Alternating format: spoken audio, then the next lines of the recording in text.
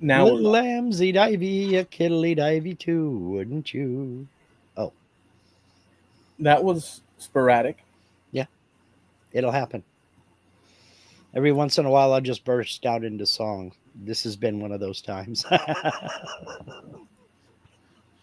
On tonight's show, we have Sally Jesse Raphael and Maury Povich. Welcome everyone to the show. Is that the cage match? Yeah. Dude, I'd pay to see that. I would, I don't know if any of them are still alive, but I would pay to see that. Oprah versus Dr. Phil in the cage tonight on pay per view. There was one called Sally or Kelly Lake or something Lake, Ricky Lake. Ricky Lake. Yeah. I mean, boy. Yeah. Gay nuns on dope. That's, basically the kind of. I called those shows bimbo commercials because bimbos were about the only people that watched them. It made everybody feel that they weren't as messed up by looking at them. They're saying, "Oh well, they're that messed up. It I'm doing really. just fine." I'm okay. That's it. In a sense, it functioned like that. Man, these people are so dysfunctional. I'm perfectly sane. Yeah, exactly. Yeah, ballet dancing horses and the people who loved them. Come on. You know, that's not news. There's one that's Oh been well. popping up. There's one that's been popping up on. And by the way, this is not planned. What we just Mm-mm.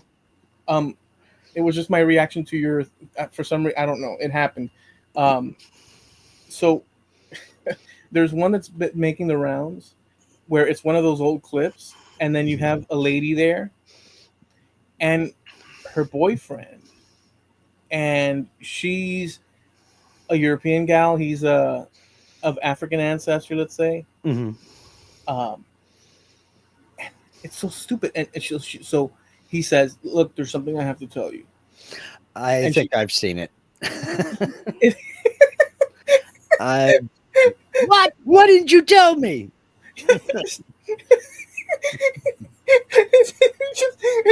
and so I see that, and it pops, it makes the rounds every now and then. Oh, Mm-hmm. but it's like so back in the day, stuff like Mm-hmm. that Yeah. could possibly, like, some people would say, "Oh wow, this is like it's kind of like Dallas or like Mm-hmm. Knots Landing, or it's like the extra Yeah. drama who shot freaking Jr. and like it's Yeah, like absolutely. And I know a lady when we lived down in Nevada. I know a lady who was a guest on one of those shows, and I don't remember what the topic was, but she says, "Look, none of that stuff is real. It's not scripted, but they tell you what to say. It's not a script, but here's the stance you're going to take, and you need to defend this stance. You need to defend yourself against the host and the audience, but this is your position. And, you need to be remember these little facts here and throw them out during the conversation. It's just that all that stuff scripted and they are paid to go on. yeah. So that's why she Well, did it. and also, it's Mhm. funny because it really sucks people's brains, like of Mhm. all as much intelligence as possible, because it really, you know, um, but it's enjoyable too because you're like, look at these people, I'm perfectly sane. So Exactly. there's a Yeah. little bit of a weird thing going on, but um, well, hell, what was I gonna say? Oh, like, so when somebody says, I've come here to tell you the truth, honey. It's like you're coming on television to tell her the truth, honey. Hmm. You're coming on television. You Well, no, obviously no, but I'm saying that it's so the Yeah. premise Hmm. of, oh, I'm gonna go tell this disastrous thing that happened Hmm. publicly so that it's forever seen on, and in order to, because the impression is, if I tell her in front of a lot of people, she might say, "Well, okay, honey, that's no problem," or I don't know what they're thinking, but obviously it's all rigged. But But the premise that they're offering the audience, how does the audience logically, like back in the day when I would watch it, I hmm just watch it as a kid, hmm and I think that's these people are stupid or whatever. I wouldn't think further than that. Like this is so stupid. Why are But it was interesting because you're a kid and this is what's on TV. And But some of that stuff is humiliating as hell. This is Jeffrey. He's in love with a dump truck, and his buddy George borrowed it to haul a load of gravel, and he scratched it. Next on Maury Povich, that, and it's like, are you serious? Are it's you really trash. serious? It's This such woman yeah. married the Berlin Wall on the next Montel Williams. Come on. The "You Are Not the Father" ones, boy. Well, they look for the people, and they want the people to go over the top on those. They want the yelling and the shouting and all that other stuff because they know that their audience is going to eat that crap up. You know what I love? So they want that stuff. You know what I love when they re- when they re- when they reveal the results, Mhm. and it says, "Jeffrey, you are not the father," and then Jeffrey will turn around. And he says, "I told you, I told you." Like if he really knew from beforehand, he had a suspicion, but you don't know until you know. Yeah. And she's like, that test isn't right. It can't be real. No. And she's like, yeah, I told you. And then and chairs flying and this and that. Yeah, and the guys with security on their t-shirts run in. Yeah. So it's But that's what gets me about that. It, okay, think about this. Put yourself in that situation. How much would you want to go on TV and do that? not I mean, not not not. it'd be a pretty big sum of money. I have a third toe. Who Yeah. wants to say that live? But even to make something up off the top of your head, some of this stuff is humiliating as hell. You wouldn't say this in front of 3 of your friends, but now you're going to go on, nationwide TV and Next, say it in front of next the whole on world. Ricky Lake, Donkey Mhm. Love. Yeah, exactly. That's stuff you would want to hide from your family. You would never admit to anything like that. But I'm going to go on TV and tell the whole world. Yeah? How's that going to go down at the job Monday morning, Chester? Billy Ray was the son of a donkey man. Yeah. And So, it's I don't know, man. Some people's thresholds are really, really low, you know. So But it's did you like, ever? union scale is $250. Oh, okay, I'll do it for $250. Hell no. But back in the day, did you ever sit through any of those? My ex-wife liked some of them, but most of those were not around at that time. You had like Phil Donahue, and then later on Oprah Winfrey. But there was no Maury Povich or Sally Jesse Raphael or any of those. But No did you ever watch People's them? Court or anything. Not when She they. did. I was sometimes around or in the room, but usually when that stuff was on, I was at work. So no, I didn't watch it. So you never watched a full episode of any of those? I watched a couple whenever, like Phil Donahue had. Oh my gosh, what was his name?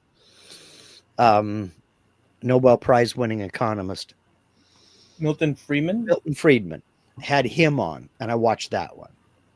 And in fact, I watched it a couple years ago on YouTube. Yeah. But that was a little bit more highbrow. I mean, he didn't come at you with the gotcha questions and try to be a jerk about it. Well, But he did. Donahue did. I remember Donahue very well. I watched Donahue too, and he did. He would, especially when it's somebody like. I mean, I've seen the reruns after the fact, but with Milton Friedman, he wasn't that way because you could see in his head he was really trying to understand what Friedman was talking about. He was more mystified than he wasn't trying to be a jerk with Friedman because he didn't have any leverage on Friedman. He didn't have that gotcha question for him. Well, he wasn't a controversial figure in terms of something icky. It was just Right. like a difficult. I mean, people can get upset about that, but it's kind of not within the vein of like David Duke. Yeah, he was on there. I didn't see And that. I did. I saw the full thing, and he he pressed them like Good. he should, and so Donahue was good, but you know, Mm, to yeah, a point. It's just not my it's just not my category of entertainment, you know. I wasn't entertained by that kind of thing. I do like interviews. And in fact, I think I've mentioned it once before on Access TV, which you can find online. I'll have to look for it because I don't exactly remember the web address for it. They have a series by Dan Rather called The Big Interview. And love or hate Dan Rather, love or hate his views, he is a very good interviewer. And he went through uh, a long list of musicians and just big time musicians, Billy Gibbons, Geddy Lee from Rush, um, Steve Miller, just a whole laundry list of big time musicians. And they were very, very good interviews. And so I do like interview shows, but the thing like I see Jim Dockrell was talking about. I never watched a Morton Downey Jr. show. I I've did. never seen one. I did. I watched it when it was live back in the Mhm. '80s, Yeah. turning into the '90s. Probably, I watched it, and he was pretty outrageous. Mhm. He was Yes, pretty I outrageous. don't know anything about him. I don't know if he was on daytime or if he was on late at night or what. But I didn't watch daytime TV. I was at work. So, I was at home with the flu, 10 days out of the week. yeah. Yeah, no, I didn't do any of that kind of stuff. It just, you know. There's this video clip which I shared with you. I think Mhm. I think I shared it with Dockrell in private message. Some of you. Sometimes I'm careful to share clips or not, depending on my assumption on whether the person is going to like it or not, Mhm. and my assumption can be wrong. So my judgment of whether or not, because you're not going to share something somebody doesn't Sure. like, Right. but sometimes you're like, well, oh, I got to Will they share get this. it? Yeah. Not even will they get it. It's more like, will they even like, will Mhm. this be a bother? And but I did. I sent that out. I said, screw it, because this is so. It's stupid, but it's funny. So it's this lady, a Spanish speaking lady, Mhm. and the Oh, interviewer yeah. comes up to her, and he says to her in Spanish. It's in Spanish. That's why. That's another reason a lot of you guys don't speak of the Espanol, and so I'm like, will yeah, that's true. Will they get it? That's a good one. For Yo this no example, hablo. yeah, because of the Spanish English thing. But Mhm. I sent it anyways because the context is there visually, and you can hear the. And he asks her, a Spanish lady, how do you say 11 in English? And she thinks a little bit. She says 1 1.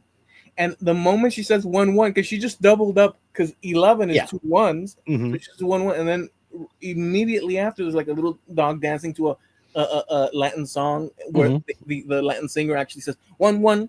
It's just, I found it so Yeah. innocent and hilarious that I shared it. Whatever. Yeah. Obviously, you didn't like it. You didn't appreciate it that much because you said nothing Oh, about the thing about it is, I had a hard time. I didn't remember if you sent it to me or if Linda sent it to me because Linda and I have a track record of sending each other clips like that of goofy dogs and cats. Just something will strike us as funny and we'll send it to one another. And there'll be days she'll send me 4 or 5 of them, and then I'll send her 3 or 4 of them, just stuff that we find on the internet. So when that fit right in, and I thought, oh boy, Eloy wants to play too. All right, but there's I a lot never of got back to sending it back to you. there's a lot of little funny things like that, Mhm. that it's stuff that some of it is innocent, some of it is nuts, Yeah. obviously. Some and so then you'll basically say, well, let's not bother with that. You might find it somewhat entertaining, but I don't remember if I sent it to you or not, but I sent it to Linda for sure. I said, if anybody ever asks you the definition of chaos, this is it. And what it is it's a room full of cats. There must be 15 cats in this room. I saw that one. And one cat jumps up on something and knocks something over. Yeah. And it scares the whole room, and the whole room just explodes in cats. And stuff's falling over and knocking stuff off the walls and glasses breaking and everything. And it goes on for about 20 seconds before things start to even think about calming down. And I'm like, that's the definition of chaos. Hopefully, Greg is not here to hear this. Uh-oh. Because this is one of those Nigerian prince ones. Or I should have had a Yoo-hoo or something. Or V8. V8. I should have had a Miller Lite. Yeah. There's one where there's the homeowners come to the house, and there's a series of these back to back, and each time they come in, they have a couple of dogs, and one of the dogs chewed something up or destroyed something, and the owner will say, all right, which one of you two did this? And here's the bit where Greg would come in and say, this, that, and the other. That one of the dogs always either lifts up a paw and touches the guilty party, or they'll expose themselves through their innocence, that they know what they did, and they'll lower their head and ears. The other dog's not doing anything because the other dog did. The other dog doesn't know the difference of I might be guilty by association. None of that. The other dog did nothing, so he's claiming his stake. I did nothing. And the other one that did is so innocent as well, even though he committed the little crime, that he'll tuck his tail and he'll slither out of the room. It's amazing how that works. Now, my question is, this is where the Greg thing would have come in, is I've never seen dogs pass on the or not pass on the blame, but like be a witness at the trial and tap the guilty party. I've never seen that. I've never seen it either, but I've never seen it either, but I don't think it's out of the realm of possibility, especially if one is a known troublemaker. Like you got one dog that's constantly getting into the garbage and the other dogs know to stay out of it.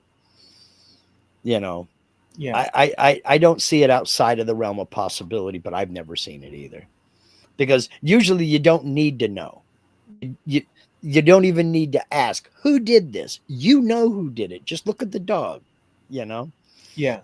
Because it is, as you say, one of them be sitting there like, yeah, okay, I'm fine. Hey, welcome home. And the other one is like, ooh, crap, trying to sneak out. Jim posed a good question. Dogs can't lie. I don't know the answer to. Well, that's a good question. You know what? Just here live, you're not going to see it, but I'm going to do it in the background. I'm going to ask Copilot, made by Windows Microsoft. You're enjoying too much of that, or you're enjoying that too much. And dogs lie? Question mark. I know you should let sleeping dogs lie. According to, notice how I'm going to answer the question. According to what, by saying according to, that gives enough wiggle room, justifiably so, to explain that from this source, this is the information, and then we can expand on it if need be, depending on the topic and this and that. But prefacing it with according to is maybe not the best way, but pretty darn good to. But basically, it means this is what this guy says, but we don't really know. Right, and the implication is, the implication is that you remove yourself from the information being offered, but you're honestly explaining but whatever. Don't shoot me. I'm just a messenger. Right, but I could believe what it's saying, and then that could be a discussion, but or reject it.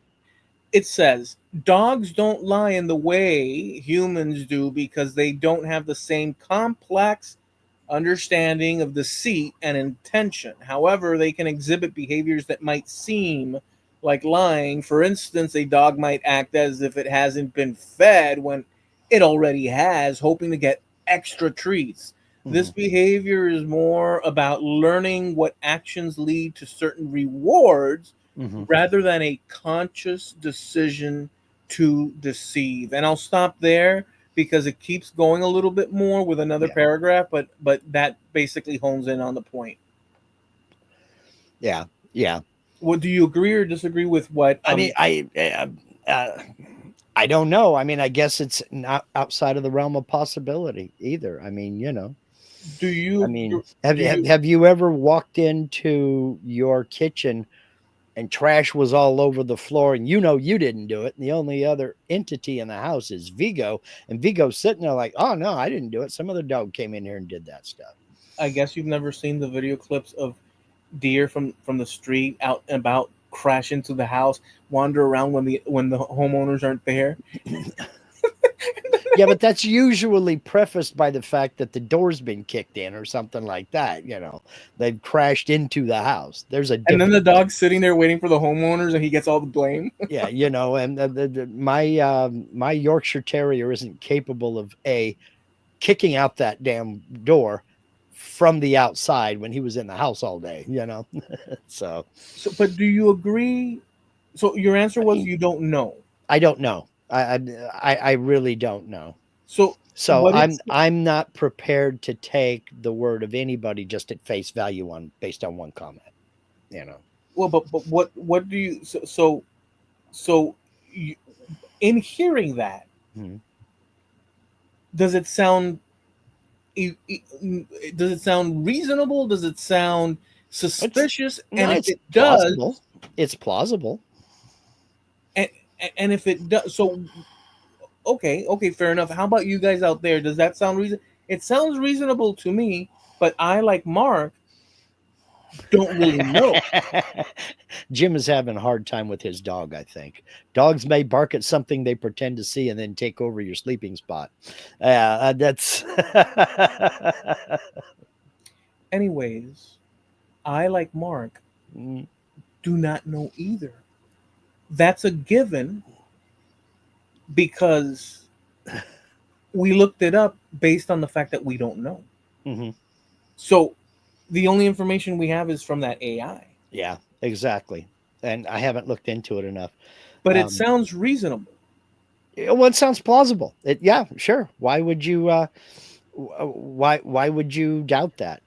I mean, I have no reason to doubt it, but you know, I can't make a judgment based on one entry. You know what I mean? Right, but what thoughts come up?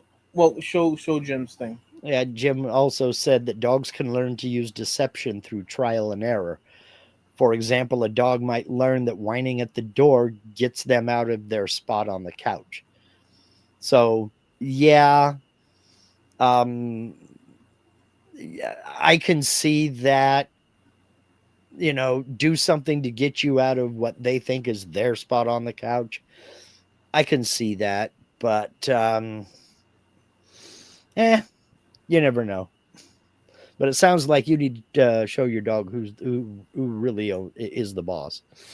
You're So, being very careful with um, accepting a premise, right? well, no, what I'm getting at is I can see that, but I don't know.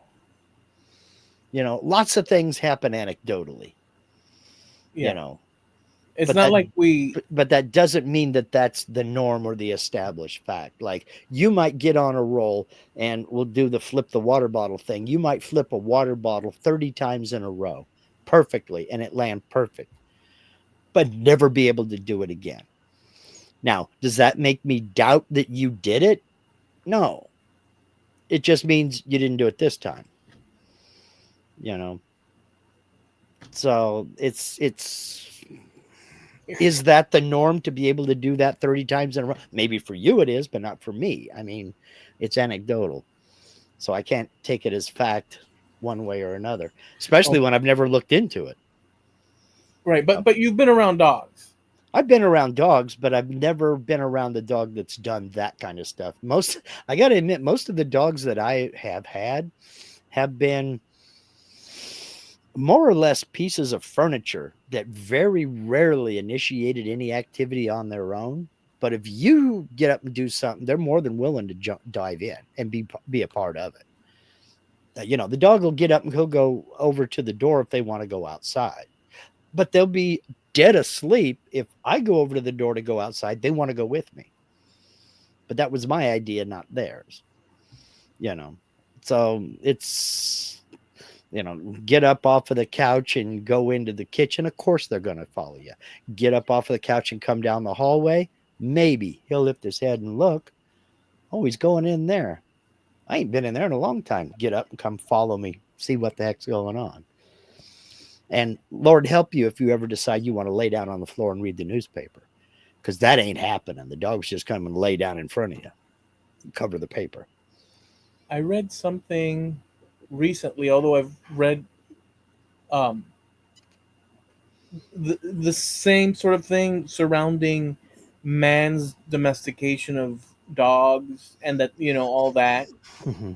I've every now and then the idea pops up, and I'll go to it Mm-hmm. just because whatever, and I'm interested, and I'll read it, but the details escape me every time. Mm-hmm. In my mind, if pressed to recall it, which I'm auto doing right now, based on the conversation of this, dog, do they have guilt and this and that. What I can recall right now is going to be different than the details that I read the time that I read it, probably by certain leaps and bounds. Yeah. Um, because I guess it's not on readily available hard drive space at the moment. Mm-hmm. But my recollection being, roughly broad and like, with wiggle room, is that for a long time, um, dogs and man just hit it off in such a way that they've been with us. They have found graves and such and this and that, Sure. where they bury the dog and owner together because Mm-hmm. that's the love and bond. And I can totally see that Yeah. on an Me too. emotional level, on Me too. just a. I could totally see that they found Celtic graves, Yep. where that's a fact. Where Mm-hmm. the dog is, even horses, Yeah. for that matter. So there's a very special bond, and the suggestions that I've heard in my recollection is that just these wolves, they were trailing Mm-hmm. behind human on little enclaves or clans as they were trucking across the landscape, and they would sort of hover in the outskirts, and the humans and the dog and the wolves, they sort of got to like, well, wait a second, they leave scraps, Mm-hmm. we eat the scraps, we'll follow them. Yeah. And the humans started realizing that the wolves kept other predators Yes. away, and it little by little started to, until probably, And this is speculation, but maybe someday, one day, a little kid, tribesman kid, came back from the forest's edge that he was playing around, and he brought a pup, and then the father said, all right, fine, you could keep it, but if he starts crapping in the hut, you're gonna clean it up. yeah. And then little by little, others started. Who knows what the Well, story was, but eventually we end up with a Chihuahua.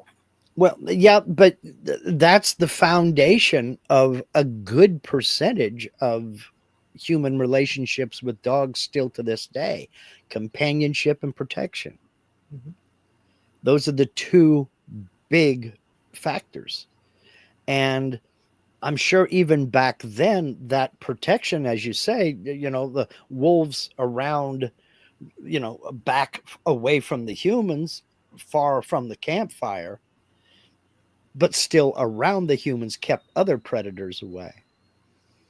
And that, okay, well, yeah, they just chased off one of them big old saber-toothed cats.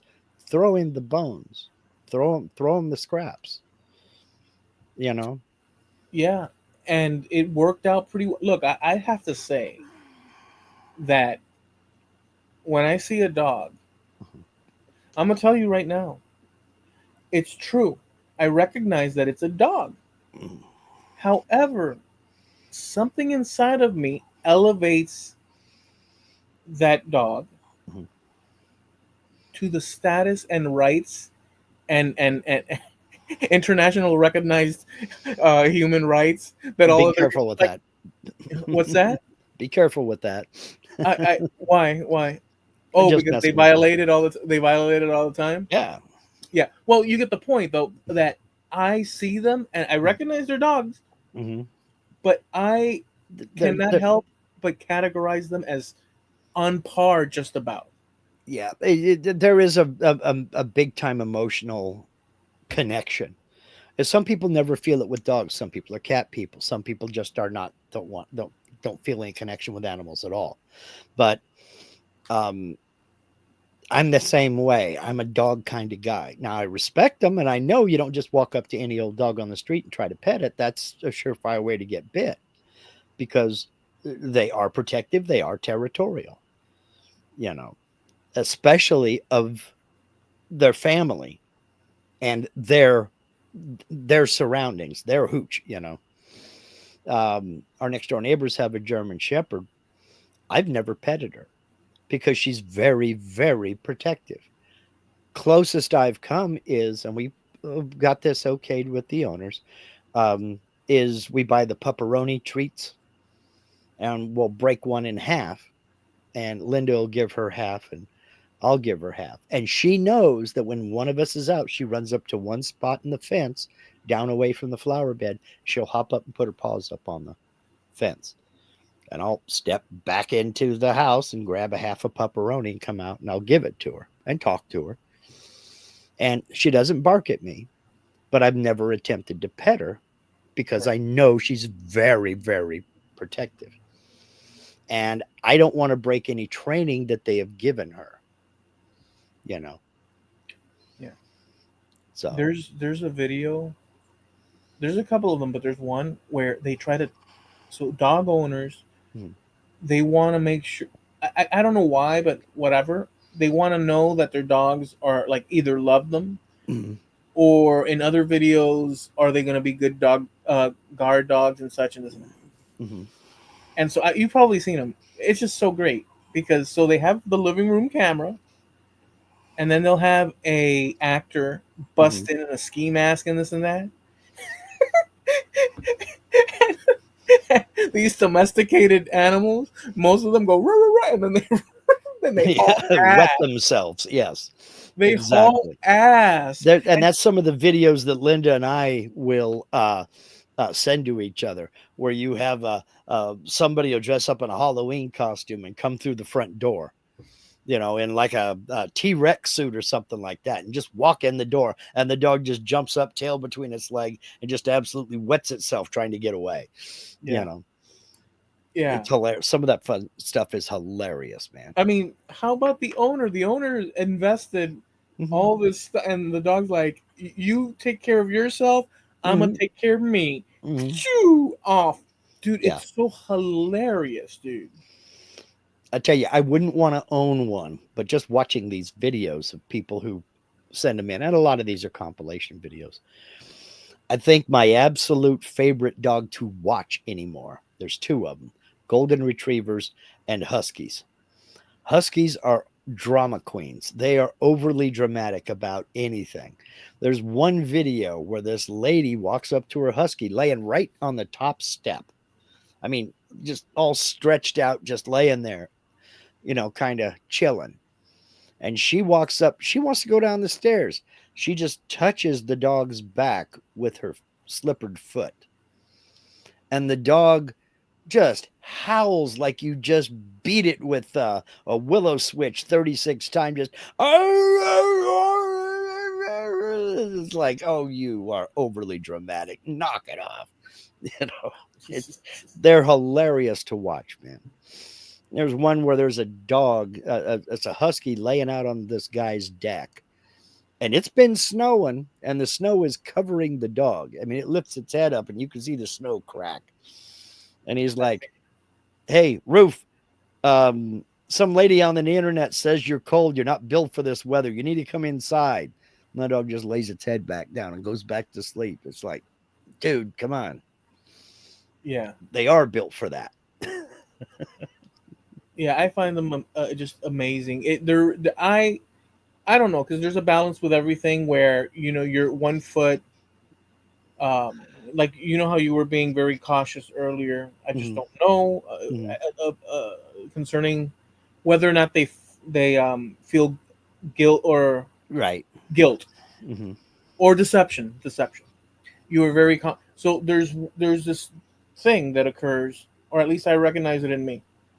I mhm. would assume too that it belongs to every other human being because we can only have the things that humans have, and it's not exclusive. But on the one hand, you have the acknowledgement of when something is presented you, that what's being presented you could be innocently being presented you as a fact, but it be incorrect, or it could be maliciously being presented to you in order to sway you and presented as a fact when in fact it's not.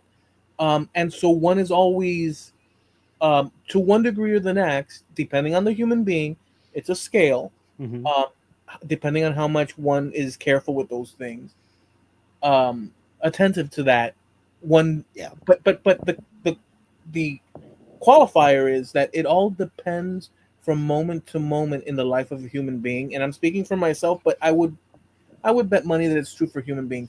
It could be that through the course of a day or a week Mhm. or a year or whatever, one has episodes of what we could call something to the effect of just breezing by things.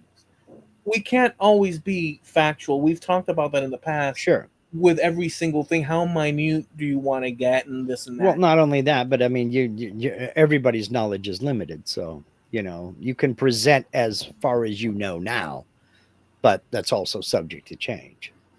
So, What I'm getting at is that there's always a balance between mhm, logic, mhm, um, based on or affirmations and logic and all this, and then what we could call unmanual or automatic. I'm sorry, on automatic, um, because people just get on with it and stuff. I mean, it's like people get on with it. So we're always tripping into what we call automatic behavior, like subconscious stuff. Like when we make sure. the coffee, we're not thinking about. We just know here's this like we reference Yeah, object coffee maker, coffee in the tub.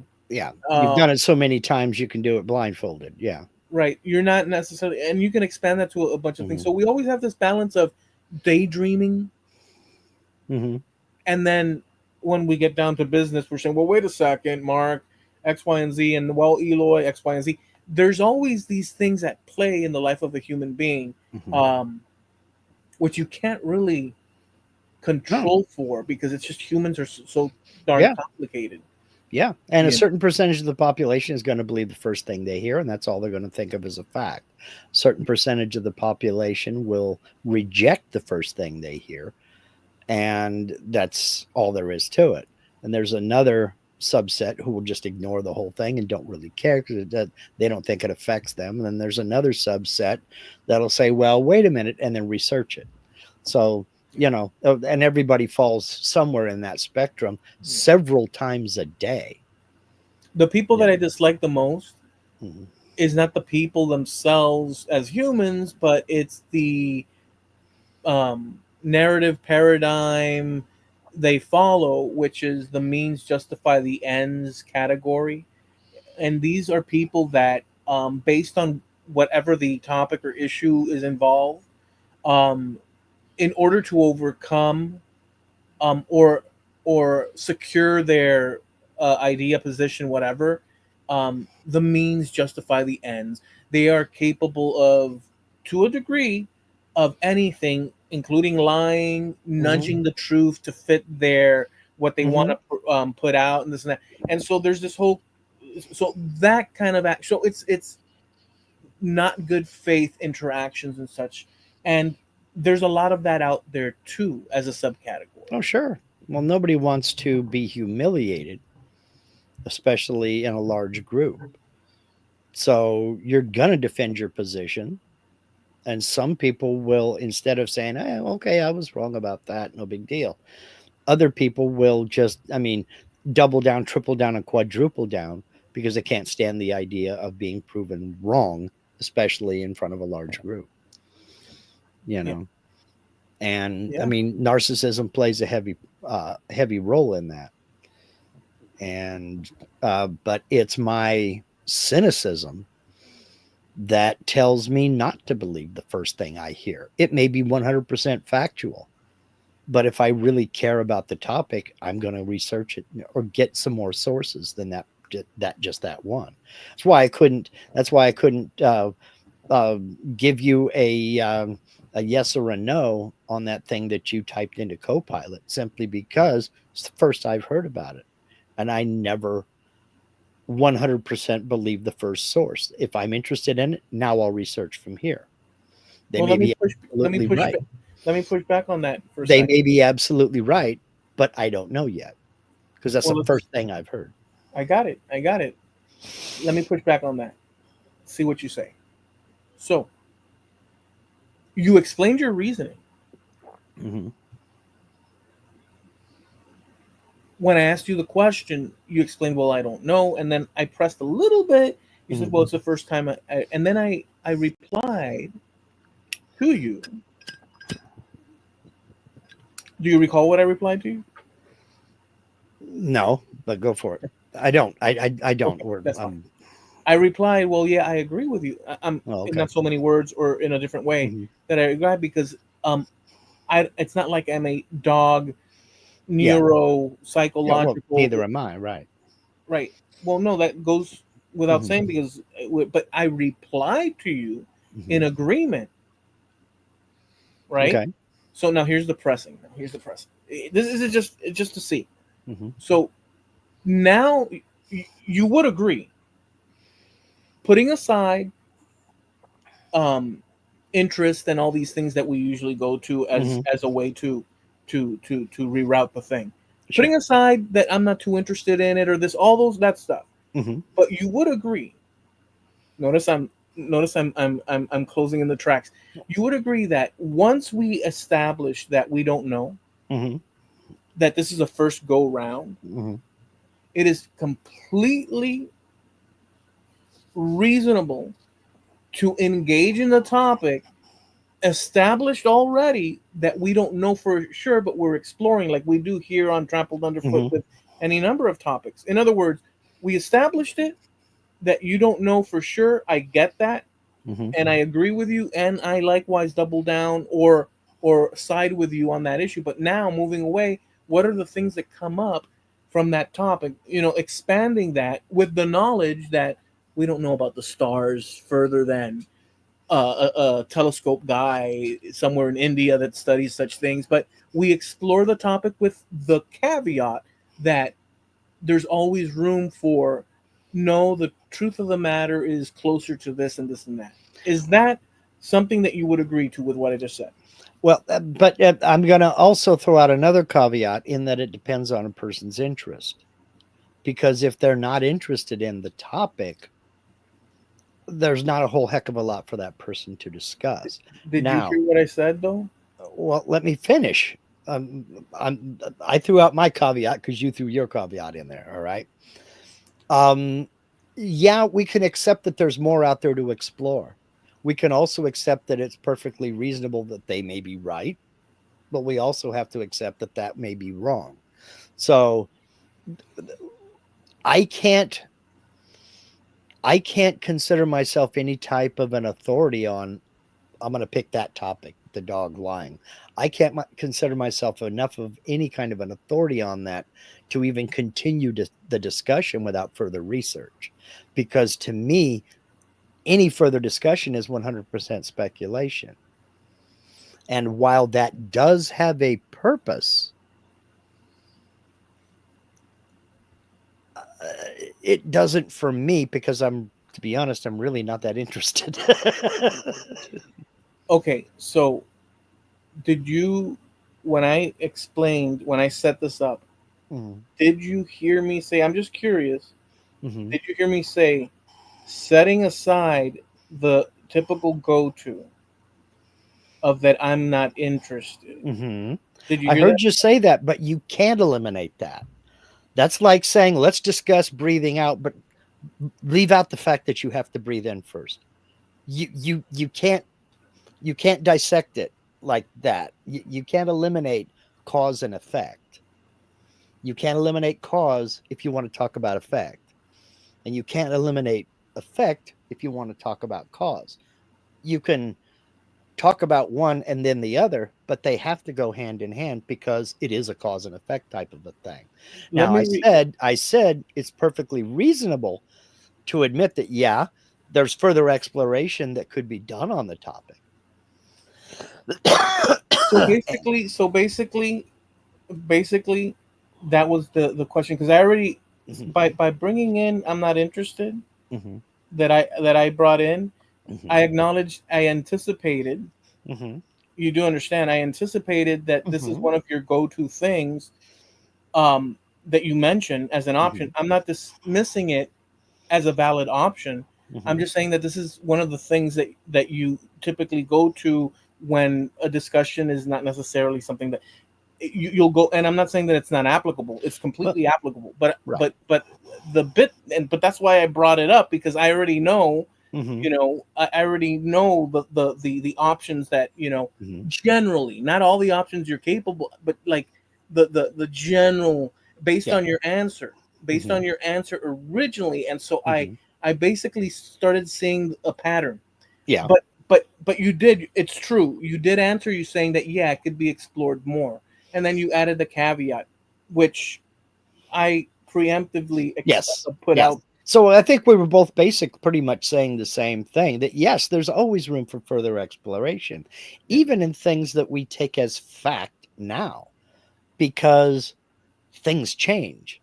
Hmm. I mean, and they call that the half life of facts, Hmm. because a good percentage of things that 10 years ago we talk about as a fact, a good percentage of that has been proven wrong, or something else has come along to say we only had half of the story, so that fact needs to kind of shift this direction, you know. Like what?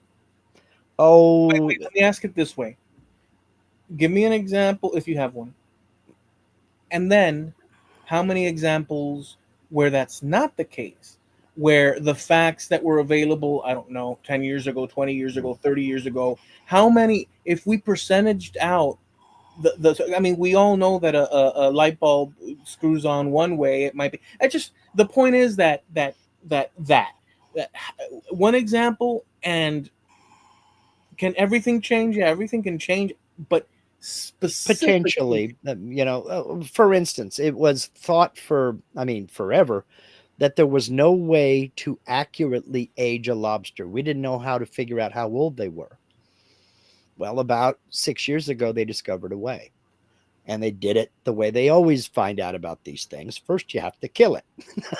Then you take one of its eye stalks, you boil it, and then you count the rings as if it were a tree, because there's calcium deposited in these eye stalks Yeah. at the rate of one layer per year.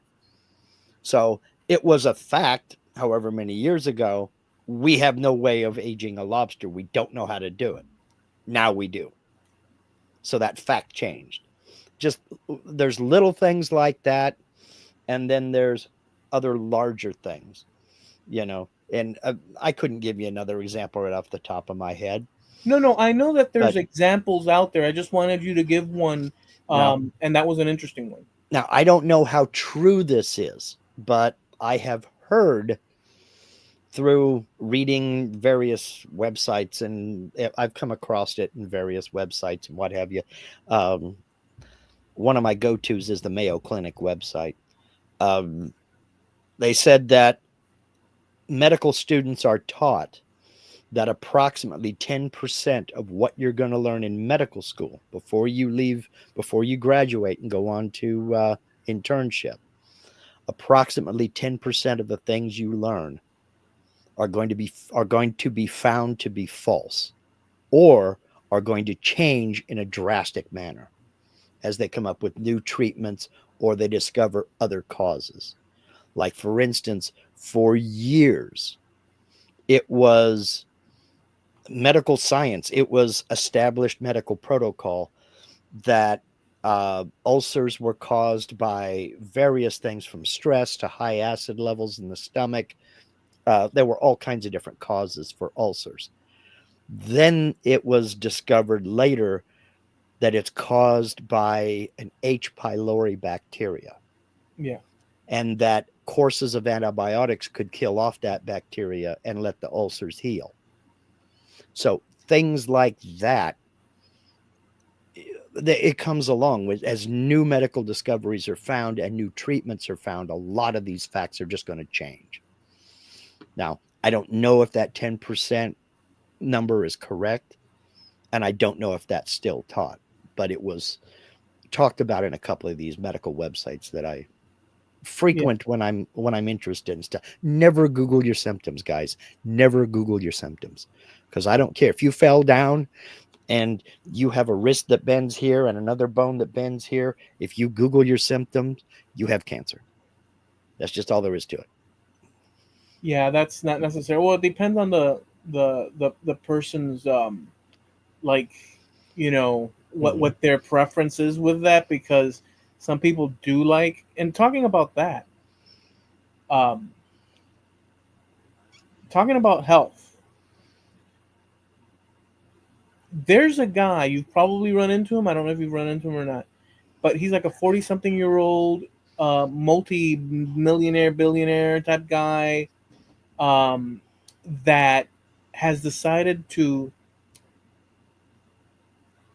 reverse his aging process. You haven't heard that about that guy? I no, I haven't. No, doesn't ring Okay. a bell. Okay. So, well, number one, what are the first few things that pop into your head when you hear that intention? Or if you want to just accept for this Mm-hmm. thought experiment. By the way, it can be looked up, but look, for now, Mm-hmm. Mm-hmm. accept that that's his premise. He Okay. wants to revert. He wants to reverse the aging process Right. and bring his body back to a more youthful time.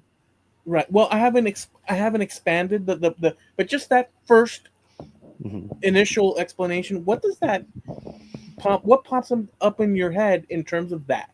He's got some sort of alternative medicine to sell. That's the first thing that pops into my brain. He's got some what? Some form of an alternative medicine to sell. Oh, okay. So he's Some magic selling a pill, gimmick. or some mixture of herbs or something like that he wants to sell. That's the first thing that pops into my brain. Okay, and how about, okay, that's fine, but let me ask you a second one before I explain the craziness of what I'm about to tell you. Okay. And I don't know, maybe it isn't crazy. I don't know, but I'll tell you. Let's see Okay. what you say.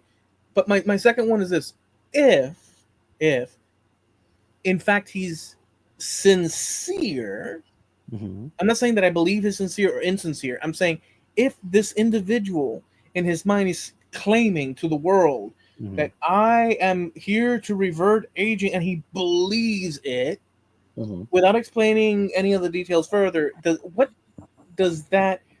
It does, to me. It sounds like a snake oil salesman, in my opinion.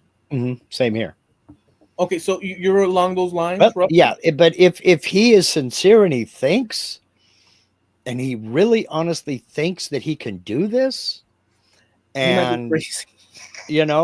more power to him. I mean, No, no, you no. The morality of it. well, but okay, now we're on different grounds, because if he's trying to sell something to you so that you can reverse your aging process, but he still has gray hair, something's telling me either A, he's lying, or he doesn't know what he's talking about. Right. Now if he looks like he's 19 years old and says, yeah, I'm 57, show me your birth certificate and your ID, and maybe we can talk.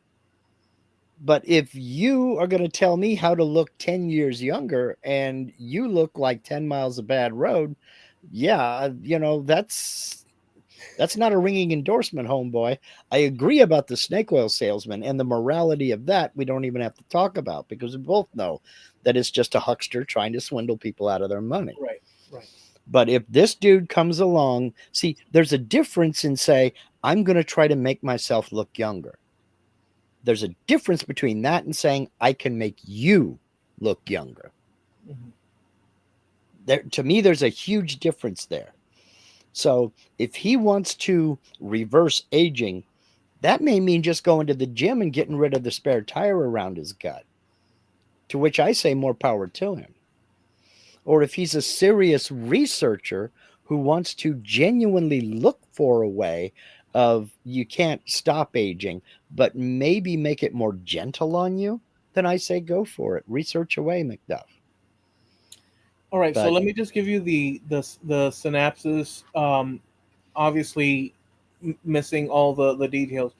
This guy, he's some mhm, sort of millionaire slash billionaire, and he's in his 40s somewhere thereabouts, and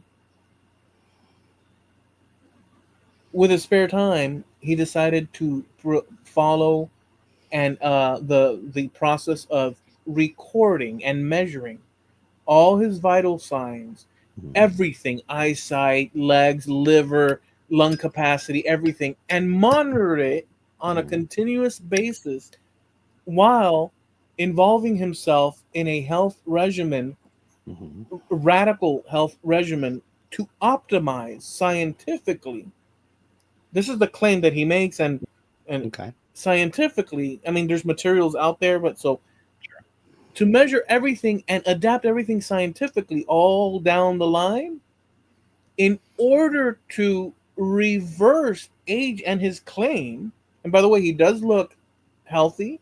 I Mhm, mean, he looks his age, in mhm, my opinion, but that's dependent on who you ask and what and this and that. I mean, there's a point of no return where people are like, mhm. "You're just old, son." But this guy's kind of like an adult. Yeah. Anyways, he he's been without the shirt and this and that. He's muscular. He's got no Mhm. excessive fat in his body. I mean, he's this and that. Yeah. And his claim is that he has reverted his age measurably doing lung capacity from when he started till now, which Mhm. I don't know this is the claim that he's actually reverted back. Eyesight, the generation, lung capacity has increased, stamina, um, sperm count, Mhm. like just all the stuff you can imagine. He's paying for it to have a regimen, Mhm. and his it's just insane. And he was. I'll wrap it up with this. He went on Tucker Car. He's been on, but he went on Tucker. Actually, he went on Bill Maher too. But I sat and watched it, and basically, I don't know what to make of it because Tucker, which I'm not a fan of Mhm. necessarily, I don't dislike him, but at the same time, I have like anybody that's political is a problem for Yeah. me, um, uh, for various reasons. But Tucker pushed back on him. This is key, Mark. He pushed back on him with because the guy asked him if you could have a system or a pill that would help do all this and that and this that. And Tucker said, "My answer is no, and I'll tell you why." I'm paraphrasing. He says, "I don't want to be beholden and subservient to machinery, a toaster, of this or that. I want to live my life." Yeah. That was Tucker's thing. And then this guy, which is reasonable in his discussion, like he's an educated person, Mhm. um, pushed back in a decent way, um, with his claims and this and that. I just found the whole thing fascinating because here's a guy that's dedicating himself, and so it's like that pizza left in the box. Do you leave it alone? Maybe one time. Maybe you stop having pizza, but are you gonna stop eating your favorite little soup or your this? Are you gonna stop enjoying like you know what I'm saying? That I do. I do get it, and that's why we have a lot of these phrases that should be taught to everybody. You've heard moderation in all things. There's nothing saying you if you are a workout monster and you are just absolutely jacked and you got the six pack, you got more than a six pack, you got the 12 pack, homeboy. And I mean, just Mr. Muscle, lean. Nothing saying you can't have a piece of pizza. But if you want to keep that physique, there is something saying you can't eat the whole pizza in one sitting. Well, you ask these bodybuilder guys, how many times a week do you go to Burger King? Most of them haven't been in a Burger King in a couple of years. If you want to better yourself that way, and it is true, exercise will build stamina. It will build your endurance. It will improve your respiratory system, where you're able to take in more air and use it more efficiently. It will eventually burn away fat, and you can feel younger, but it doesn't make you younger. So what this guy's claims are, I have heard my entire life from everybody from Jack LaLanne to this guy. Exercise and eating right will give you a better physique, a better body, and you might just feel better, especially if you've got like joint pains or aches and muscle issues. Exercise will help. Yeah. So I don't doubt that part of it. No, I don't know what to But say about it myself, other mhm, than the point that Tucker made, which mhm. was, do you really want to not enjoy? You know what I'm saying? And then there's that. I mean, I had this discussion with a guy. This is years ago. My God, it was in an AOL chat room. It was that long ago. So we're looking in the 90s. All right. Yeah. And he said to me, it's not a destination, it's a journey. I says, that's right. That's why I'm enjoying the ride. Because I said something about grilling steaks. Oh, I don't eat red meat. Why not? Well, because I it does this and it does that and it does the other. We're all gonna die, homeboy. Well, it's not. It's a journey. It's not a destination. I said that's right, and that's why I'm gonna enjoy the ride. No, I don't eat fatty steaks every day. No, I don't eat Burger King every day. No, I don't indulge every day. But that doesn't mean you can't. You So know. so there's this, our in our DNA. There's this thing called telomeres, Mm-hmm.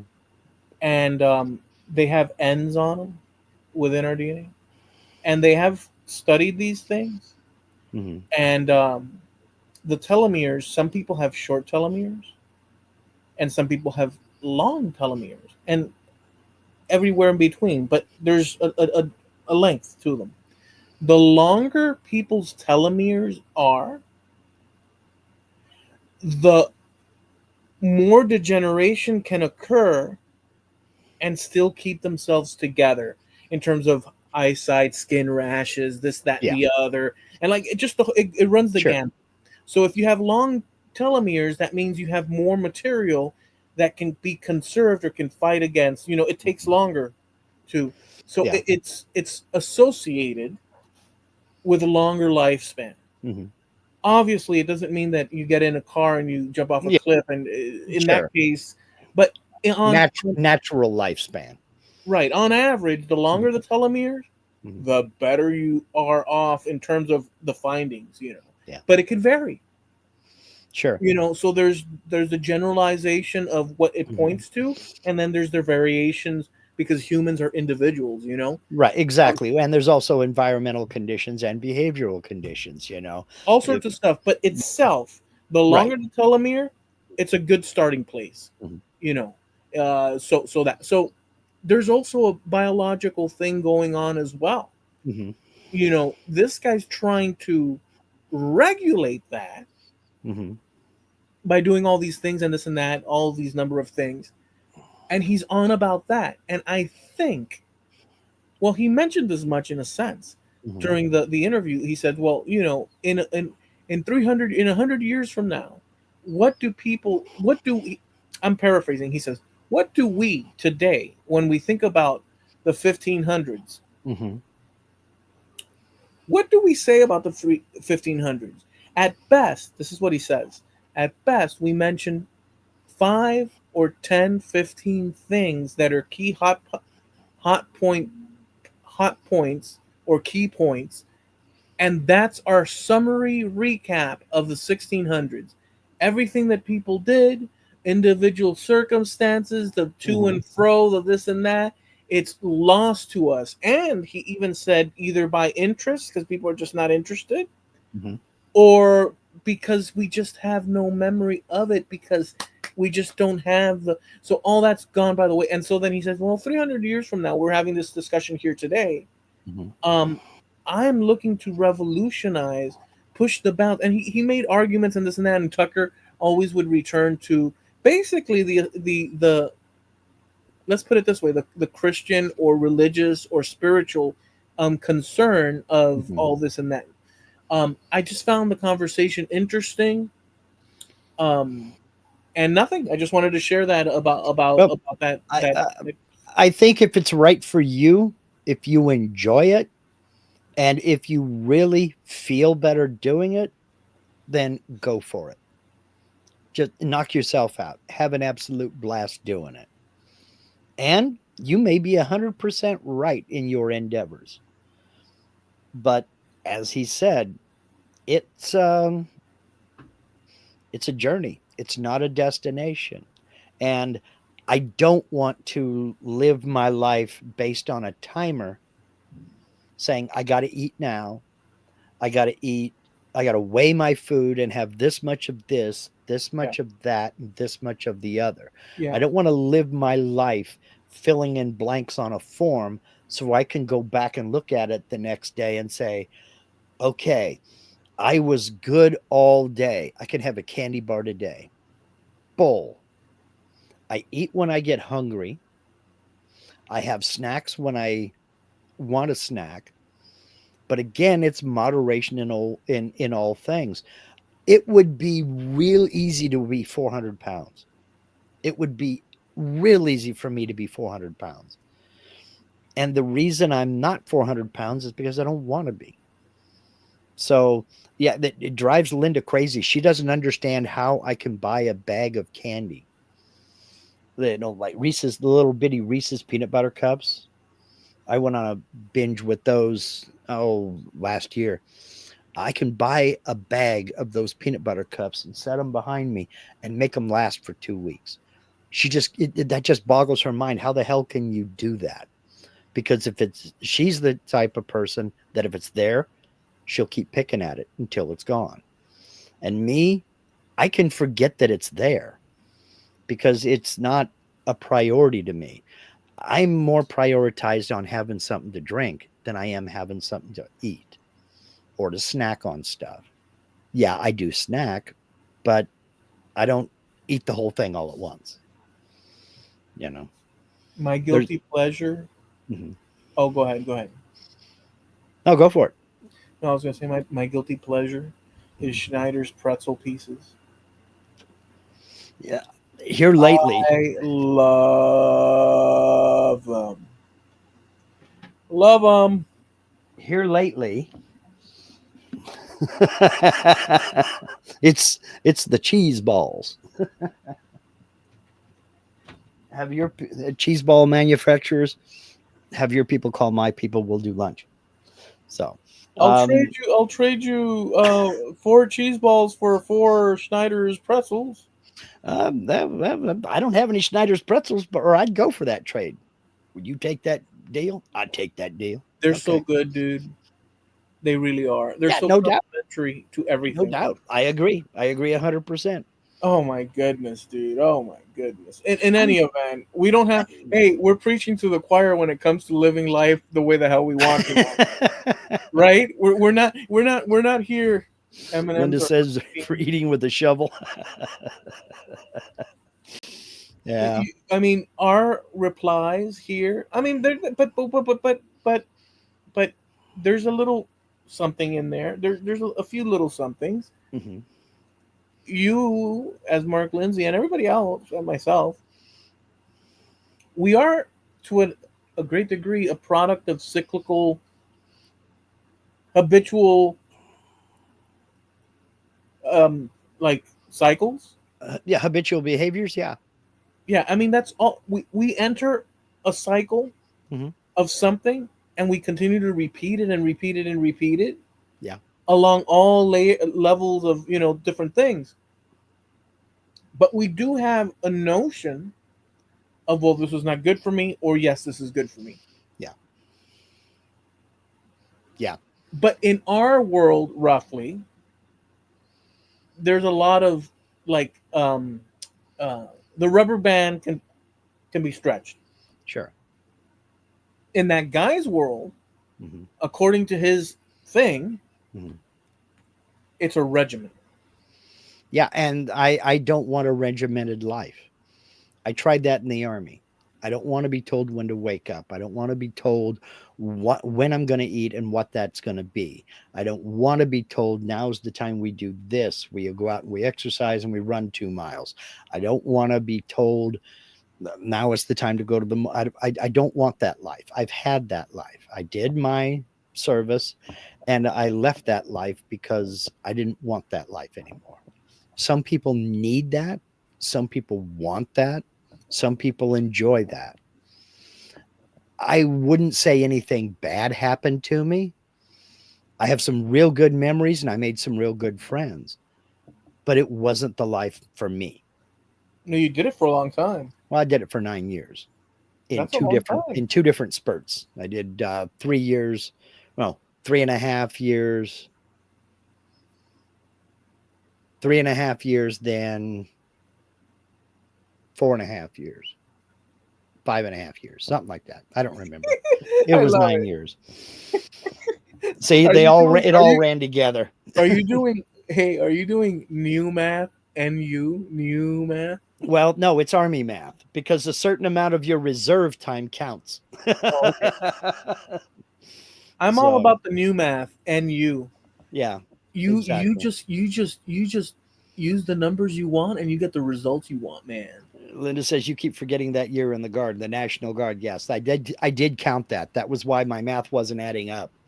And then I remembered, oh yeah, it was a National Guard for a year, and that counted. So, By the way, as a side note, Javi did mention, I don't know if he's still around, but now he Javi did mention that he is, I believe he said he was watching us on um, 3D let me um, find it here. VR glasses. Yes, watching the podcast in my VR glasses. Christmas gift from my brother in full screen on my living room wall. It's very disconcerting. I wonder how that experience, like, well, he's telling us it's disconcerting, but he's not explaining what's the disconcerting part about it. Maybe that we're so Would big. you want these faces? I mean, wrapped around your entire skull? Not me. I don't even know how that would, like, but that is one thing Hmm. that I would be interested in, 3D virtual reality. I really like the idea. I don't know whether or not it's um would be a comfortable or like nauseating experience though, but whatever. Because motion sickness Yeah, and that. yeah, yeah, yeah. But can you imagine these faces? I mean, there are a bunch of faces out there that I would absolutely be delighted to see in full screen from peripheral vision forward. There are a lot of faces out there that I would love to see like that. Well, you're no Kim Kardashian, so These are not two of them.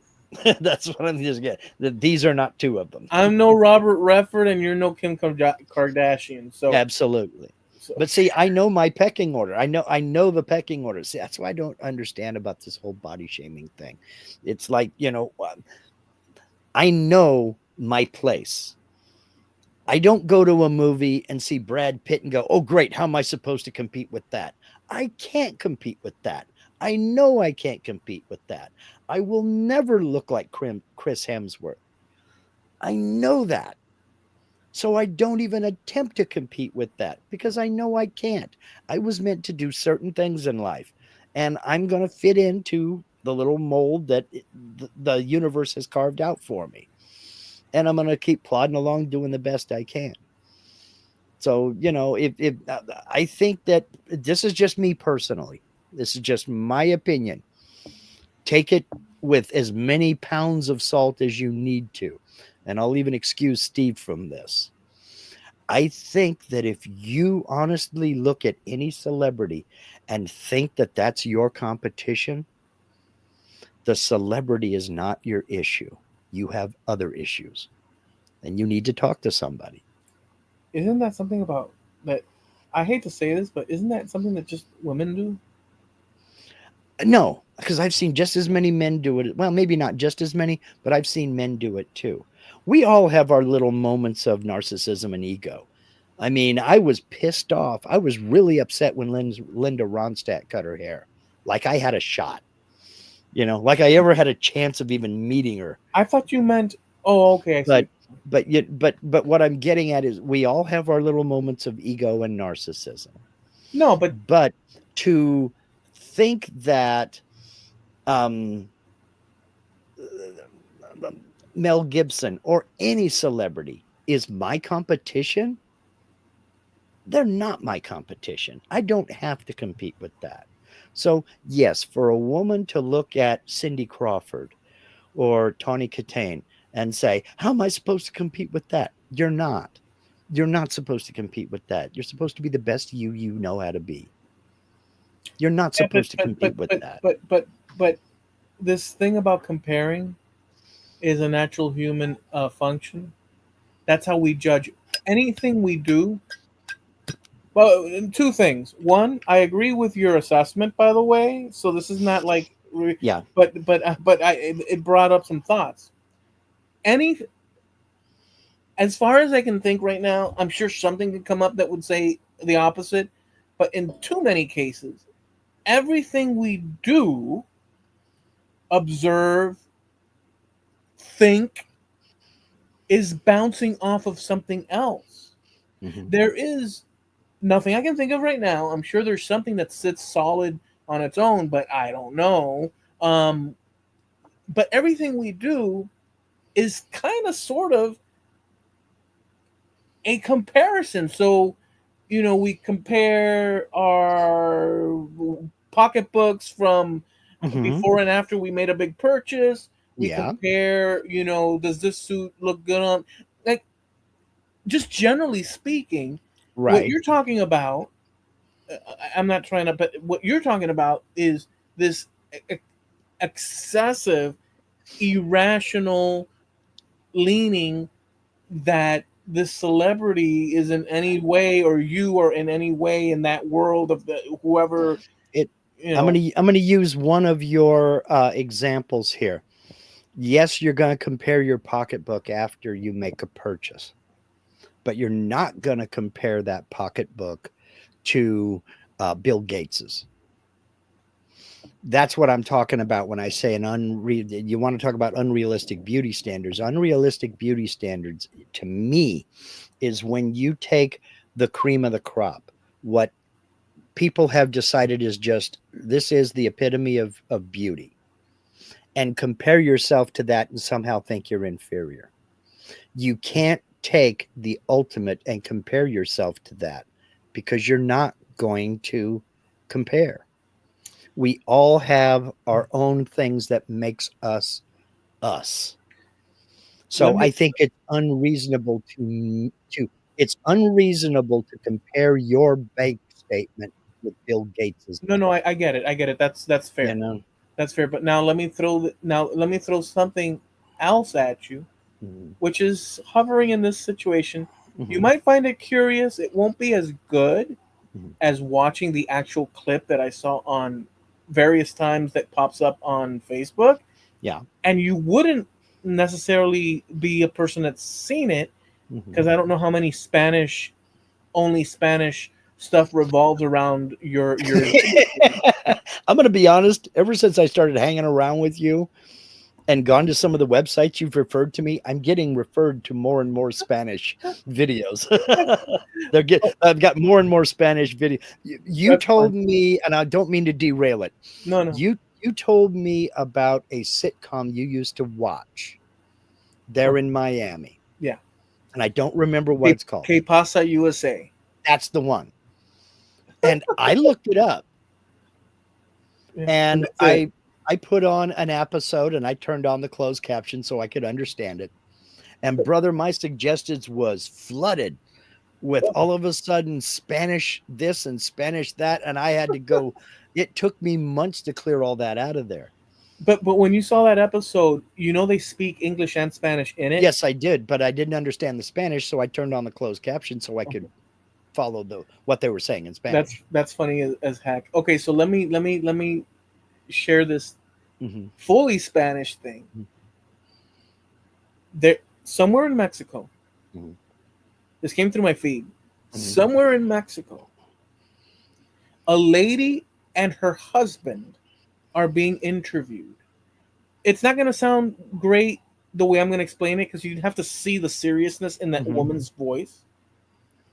But he's interviewing the lady and the husband just standing quiet, Hmm. and she and they ask about the relationship, and she says the problem is that my husband is too gorgeous and I don't allow him to go out. And you see this Mexican with his sombrero and stuff, he's Hmm. sitting there and stuff. He's an average looking dude, Yeah. but to her, she's saying how no, because I'm afraid to let him out because other women will see him. Just look at him, look at his beard. And she says, look at his beard. And it's just a regular looking guy. And I'm Yeah. cracking up because the guy, but here's the thing. Then the guy asks, what do you think of this, sir? And he says, well, I believe it because my wife tells me that I'm a good looking guy. Hmm. And so the whole thing is that she's delusional Hmm. and he's just accepting of the paradigm that she's created in her lover's eyes. This man, which is an average looking guy, he's Hmm. not a bad looking guy.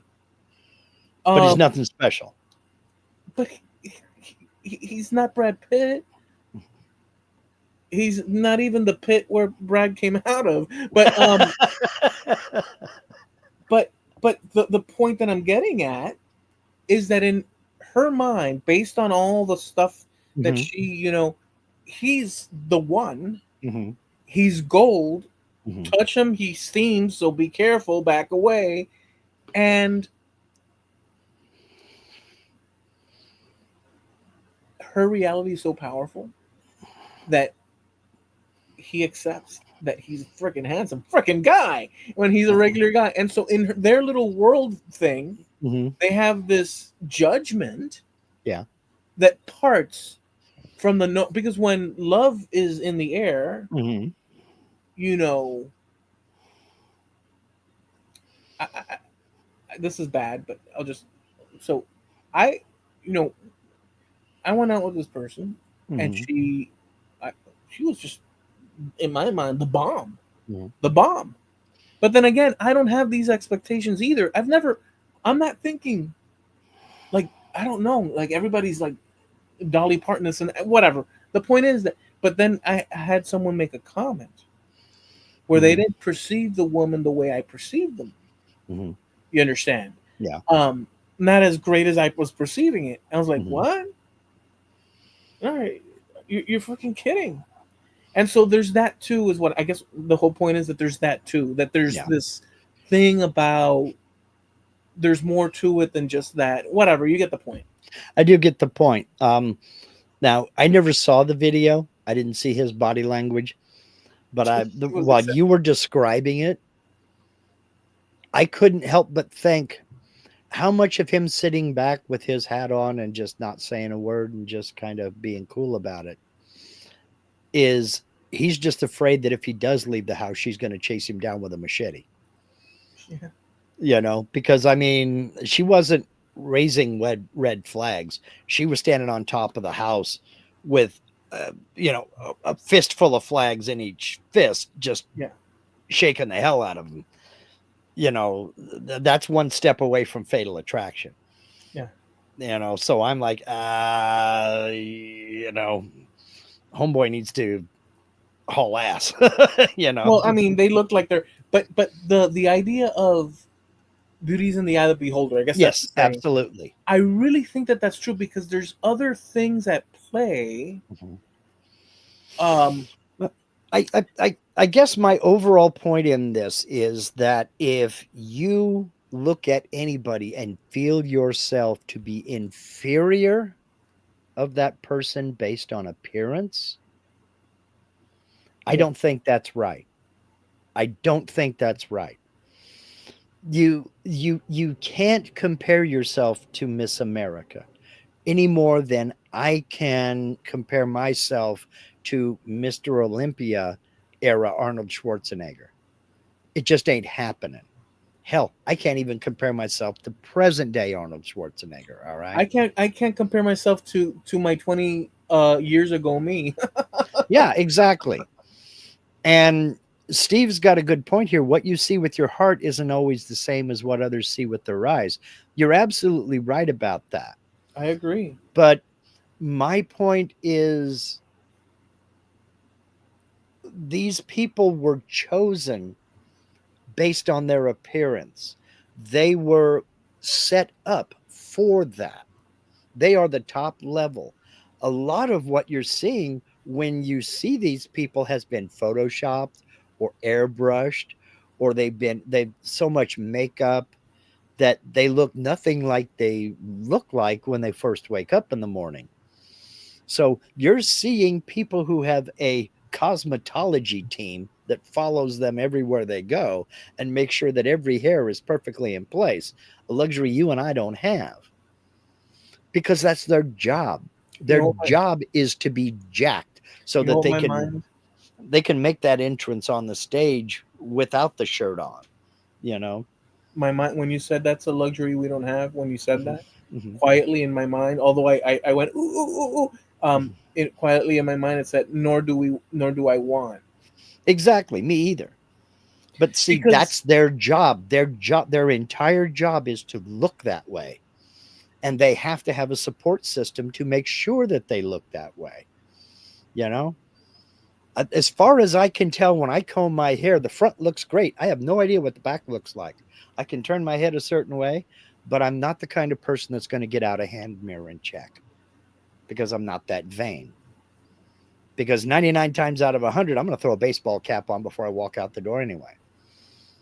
So, to compare yourself to somebody like that at that level and somehow think you're inferior, I think that indicates other issues. And again, talk to somebody, because for the most part, overall and in general, none of us will ever be at that level.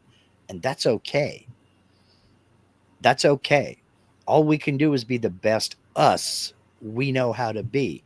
And if you think you want to improve like this guy's doing with the diet and the exercise and have a regimented life, then by all means go for it. But if you're like me and you don't mind having a Twinkie every now and then, go for it, you know? is it still considered one slice of pizza if you stack the whole box on top of each other? Yes. Okay. It I'm does in asking this for it does in this house. I'm asking for a friend. Yeah.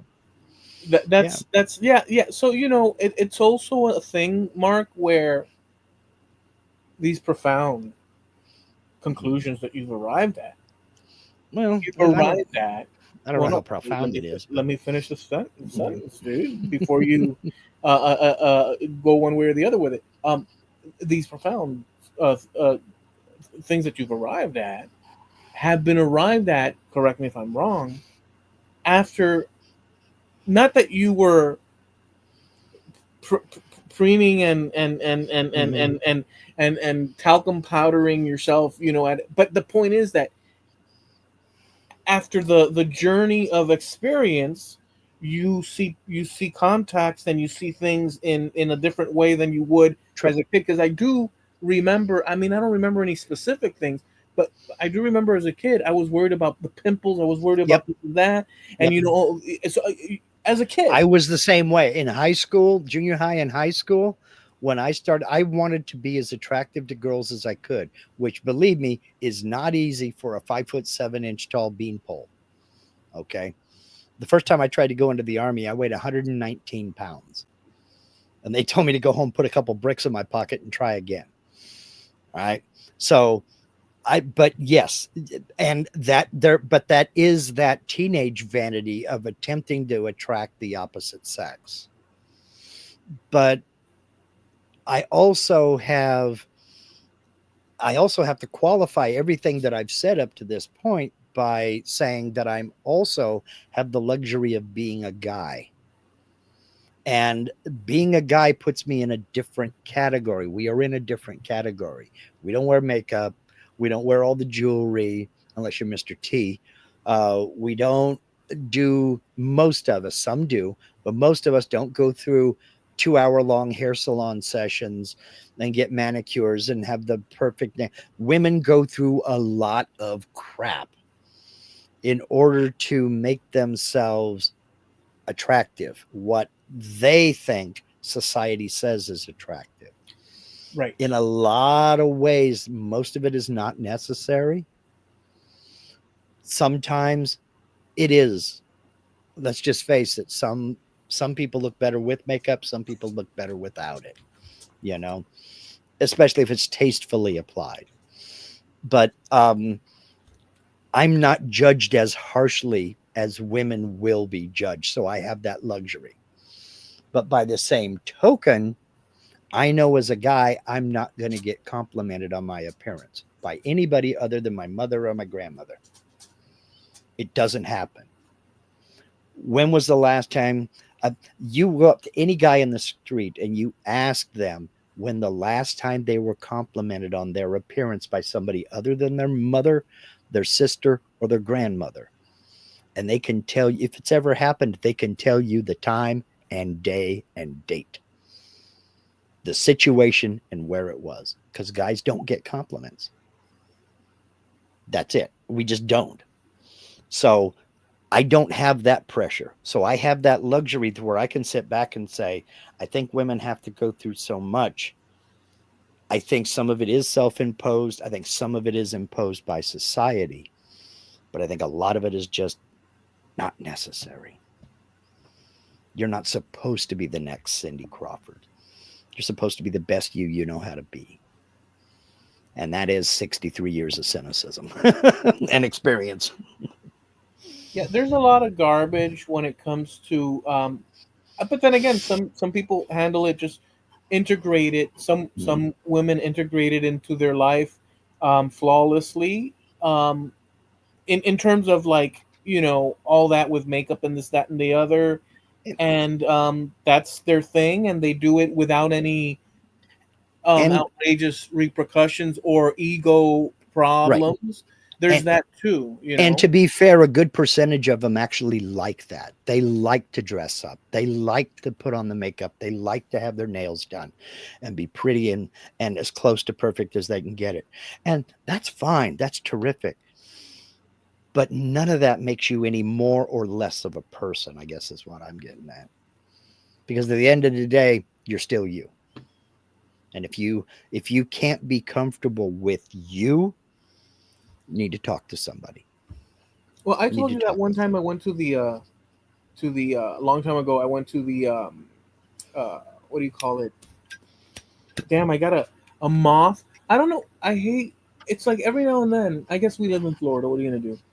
Freaking moth. It's rubbing up against my leg and just keeps bouncing on it. It's like, dude, get a clue. Go around and keep flying, dude. I mean, I let them live in the air. If they pop in, I'm not gonna mess around with the darn moth. But why mess with me, dude? There's plenty of. It's your turn. And that's another point. If moths are so, I never understood the moths with the porch light. If moths are so attracted to the light, come out during the daytime. Yeah. You Well, they know, all fly to the sun. Um, you animal. one time I was at this post office, Hmm. and there was a little bit of a line, and that in front of me there was this, in gym attire, Hmm. this, granted, hot steaming babe, Hmm. sizzle. Hmm. She was, I don't know what workout she was doing at the gym, because she looked like she was like um Hollywood gym, where you're not really at the gym, but you're just, she looked like all done up, and like it was a spectacle. Hmm. And here I am in shorts with my cap on Hmm. and this and that, and it just, Yeah, and yeah. and Pocket tea. yeah, like, and so, but she dropped a paper. Hmm. And aside from the fact that, look, this is a beautiful woman Hmm. physically, we park that to the side because she also happens to be, apart from a hunting and gathering. Hmm. Let's hit her over Yeah. the head with a rock, and she's also a human Hmm. being, and that kind of, like in that. So she dropped the thing. So I reached down, I picked it up, and I handed it to her. I said, "Oh, look, you dropped this." She literally ignored me. Like whatever it is I was gonna ask, she didn't even want to listen because she is too hot for Hmm. this guy. Yeah. And so she was like, and like I'm There's some holding of the that. paper that she dropped, Hmm. and I noticed the reaction, Hmm. or the non like the The like non-reaction. like I am too hot, I am too hot. I'm And too sexy so, for my shirt. well, yeah, and so I said, okay. Like I didn't say anything else, and she was walking, and she did it, and I just put the paper on top of the thing. What are you gonna do? Yeah, Um, really. but so people have their little paradigms in their head Yeah, of what all everything's about, sure. and what value is value according to a set list of things. How valuable are other people based on how they look, Hmm. how successful they are, how this and that, and Hmm. all those things can be valid to the Yeah, degree, because there's also something called preference.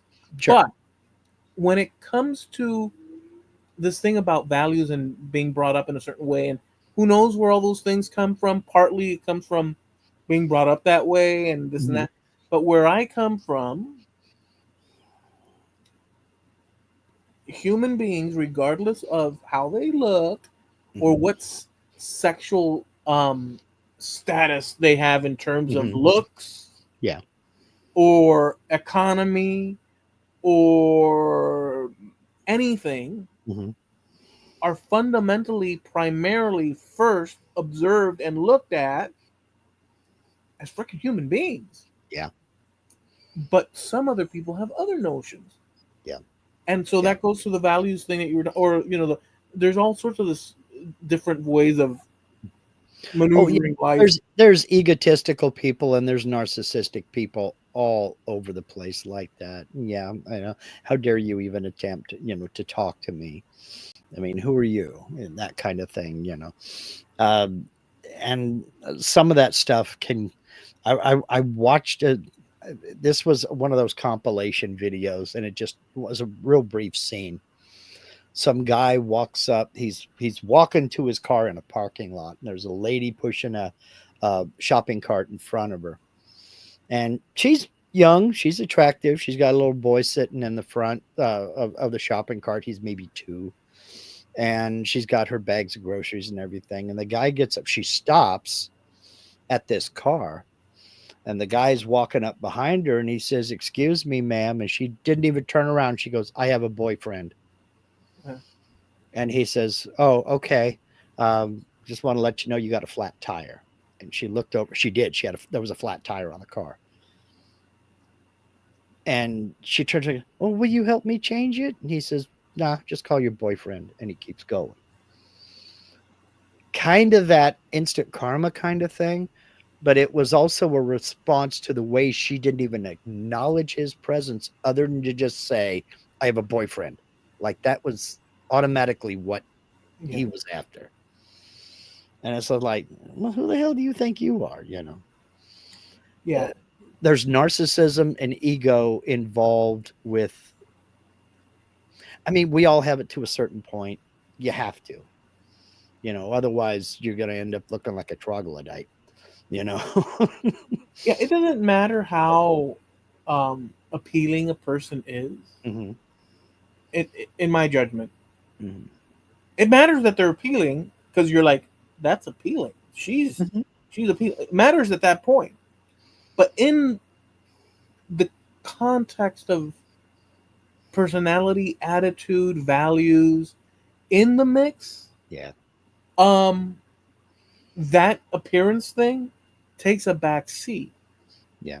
Now, how far of a back seat that takes, there's a Well, balance there, but it's definitely not number one on the list. Why? well, Because I mean, if you I, don't have good intention, mhm. like you're not a like Good person. Yeah. correctly, yeah, if you're roughly not a pretty nice person, no amount of beauty is gonna cover the stench of Well, what follows. that is true 100%, but I'm going to disagree a little bit on the appearance, because appearance, there's got to be some attraction there to get you to even talk to the person.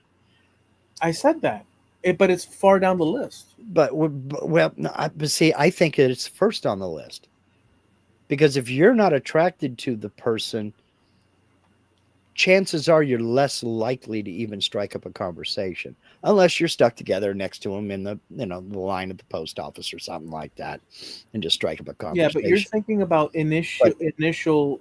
yeah, I'm talking I about. am thinking about that. So without the appearance, you're less likely to interact with that person. That's the only disagreement I would have with that. But I Yeah, but agree wholeheartedly with you on the other thing, that no matter how beautiful a person is on the outside, if they're but trash on the inside, I get it. But to be fair to myself and mhm, what I said, this is not a point of contention, but I have to be clear because I did say it. yeah, It's just the interpretation of what I said maybe was too off. So I just want to say this. I mentioned mhm, that the primary thing is not looks. It depends on the let's call it the right, spirit of the good intent that I don't even yeah, want. But I said, and way down the list, but who knows to what degree that is? It depends. I'm paraphrasing what I said. So for you, it may be. So what I'm saying is that there's no okay. This hot chick. mhm, We're at the end of the day, we're saying the same thing. But this mhm, hot chick at the mailbox place at the post mhm, office, she was steaming. I'm telling you right now. Like, mhm, I mean, spandex, spandex heaven, boy. Woo! Okay, yeah, that to the side. In fact, so much so that I still remember it. mhm, So, but as much as that's true, that she's mhm, whoa, this is good. Um, I would not want that near me in any context, because if that's what leads the mhm, if that's the little hamster that's rolling around that produces the go go go, mhm, there's nothing but misery yeah. that's contained in that. Right. And I'm with you 100%. But you didn't know that at the time. All you saw was somebody drop something. You were being nice. You picked it up and said, I think you dropped this. So you didn't know that she had that attitude until you interacted with her. Right, right. And in that situation, I don't care who it is. It could have been a 6 foot tall Marine or a 93-year-old woman. You pick Yeah, it up and you hey, give I it to think the you dropped person. this. Exactly. Yes. So, but Yeah, it's not based on the action of retrieving something that fell from somebody is not based on how sexy they are. no, no, no, no, no, no. Absolutely not. It's based on Absolutely the not. act that if I were But that person, mhm, I would want to be told that I mhm, dropped something of import. yeah, Like I'm acting sure. Uh, towards the world as I would want to be acted yeah, for. and I agree with that wholeheartedly, 100%. And I'm with you. I'd have done the exact same thing. All I'm saying is that when it comes to meeting somebody, if there's not any attraction there, you're less likely. Because we pass regular, normal looking people every day, never give them a second look. And we may interact with some, we may not interact with others. But there has to be some attraction there to spark enough interest to even attempt, is what I'm getting at. Oh yeah, yeah, yeah. No, no, absolutely. Oh no, no. Well, look, that's true too. I'm not disagreeing with the attraction side. I'm just saying Mhm. that when all is said and done, and Yeah. again, we're saying the same thing. It's just that at different phases of Yeah. of Because when we make because contact and this and that. because she could be the most beautiful she could be the most beautiful woman in the world on the inside, but if she's got a better mustache than mine, it ain't happening. I'm sorry. No, right. But that's why I said that there's a scale, dude. I mean, I'm not talking Mhm. about Yeah. Oh, yeah, I get met it. from Maury Povich, so and so with the love of his life, Mrs. Mhm. Sasquatch found in the Canadian tundras. I mean, I'm not Yeah, trying to go I there. get I'm it. just I saying get you. that dude, there's a sliding scale. I mean, at one Yeah. point, just crazy. Yeah. Could you imagine? Oh, I could imagine. I could imagine. I've been to Walmart. I've been to Walmart. You know, I've been to Walmart. One time, I was at. I used to go to the beach, Mm-hmm. and I'd take my guitar, Mm-hmm. and I'd sit out on Ocean Drive, Mm-hmm. and I'd busk. Mm-hmm. I collected a lot of money a night. It was muggy outside. There was beautiful people walking up and down Mm-hmm. constantly. Yeah. Like imagine just constant walk. It is great. Mm-hmm. I had to do was strum and sing some blues, and it could be the same song the whole night, although I changed it up because people are they're just and they'll drop the money. Mm-hmm. So it's like you're just collecting. You're a toll booth basically, Yeah. and like More people or that less. and people that are sensible to rock and roll, Mm-hmm. they feel like it's their duty Mm-hmm. to They give might the and listen for a tune, or but right, chances are they're just going to keep going. right, and so they'll drop their money. Well, one evening, and there's a lot of drunk people. Oh yeah. One evening, I'm doing my thing, and this lady walking with a couple people, drunk to know, she comes up to me Mm-hmm. and plants her lips on mine and gives me a kiss while I'm on doing my thing, and I'm like, "Whoa!" And she said, "Hey, what you don't like?" And this and that. I'm like, "No, I don't like, lady," because Yeah. this lady, Yeah. she wasn't all You that. don't Let's just say, do that shit, but yeah, and she wasn't all that. But even if she was all that, yeah, you don't do that. you don't do. You're breaking Mm-hmm. a personal space, and you're doing it in a sexual, with a, Mm-hmm. and so but here's the thing, she was drunk, but you have to have some some on Intestinal fortitude. Yes, I get you. to do that. No, I'm Mm-hmm. saying you have to have some. If it's a guy, you have to have some nuts to Well, do if it's a that. guy, he's just going to go to jail. So No, I'm saying that in her case, Mm-hmm. tits, dude. I was gonna say, damn it, Yeah, I had to say it. She had a pair on her, I should have said. yeah. um because how dare you, Well, no, but see, to me, that's irrelevant. Whether she was stacked or not. But right.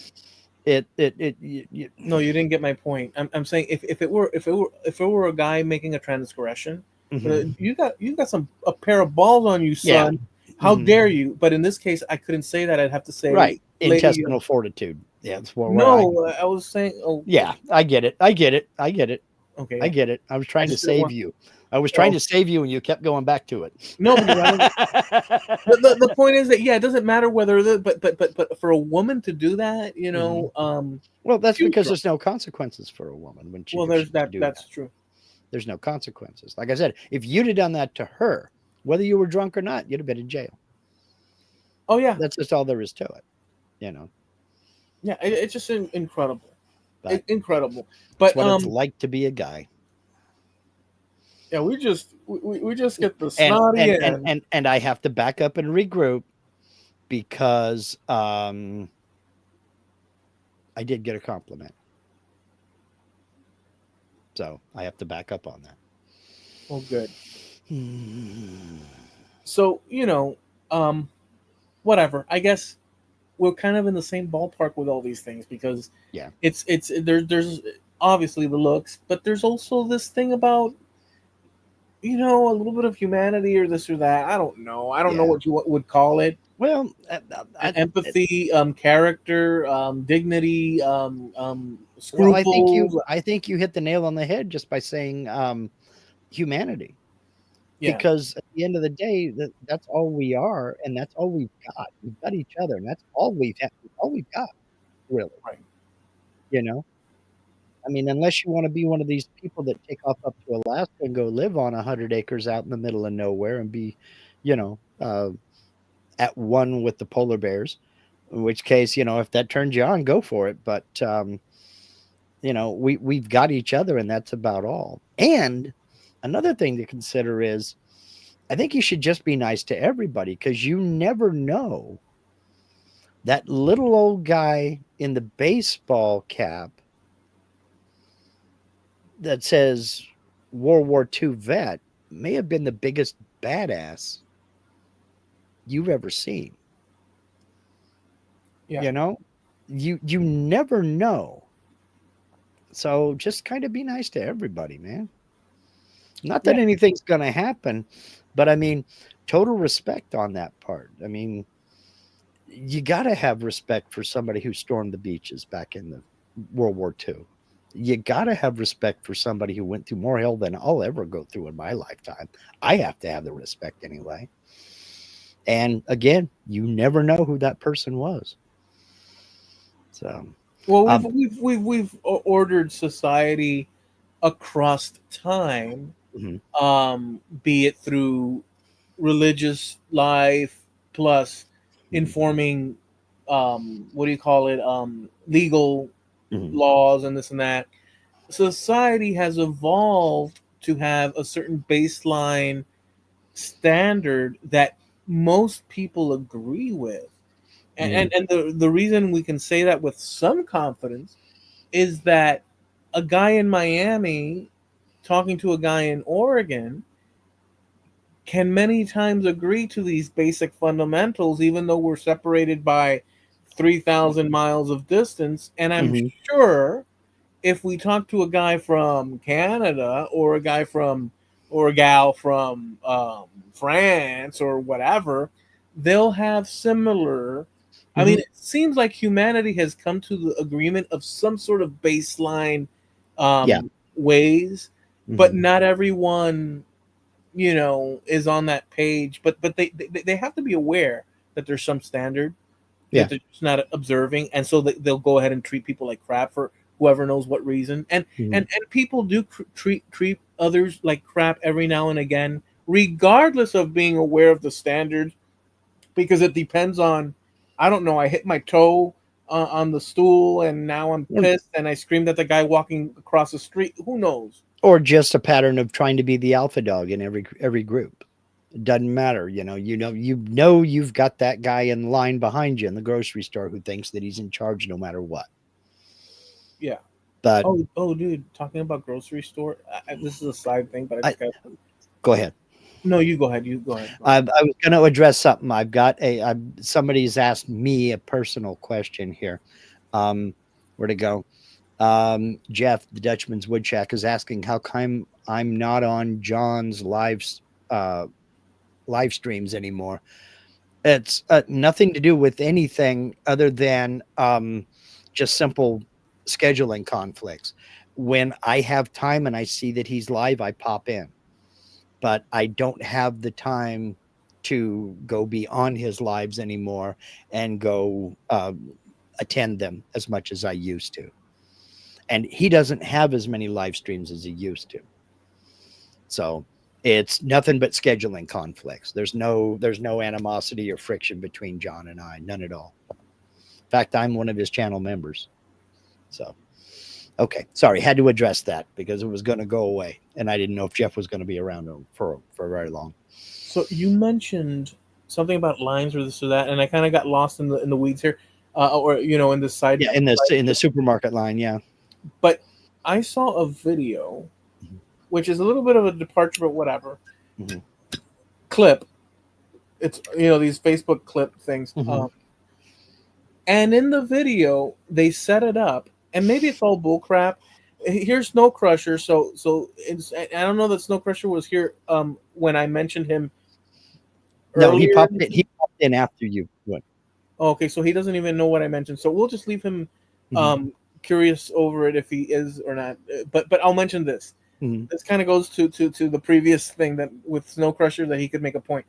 Um, there's a video, and I don't know whether it's true or not, where they're in a grocery store, and they have one dude that is an actor and a regular guy in line ready to pay, mhm. and the actor comes up and says, "Excuse me, I've got to run. I got the kid in the car. Can I just pay for this one avocado or whatever?" And he says, "Sure." And then they set it up so that confetti and lights Mhm. that he just won $1 million for being the millionth customer of that supermarket. That he went, and they focus on the guy that let him go With first. mhm, So here's the bit. It's so hilarious. The act of kindness mhm. originally, look, I've got to do, can I go in front of you?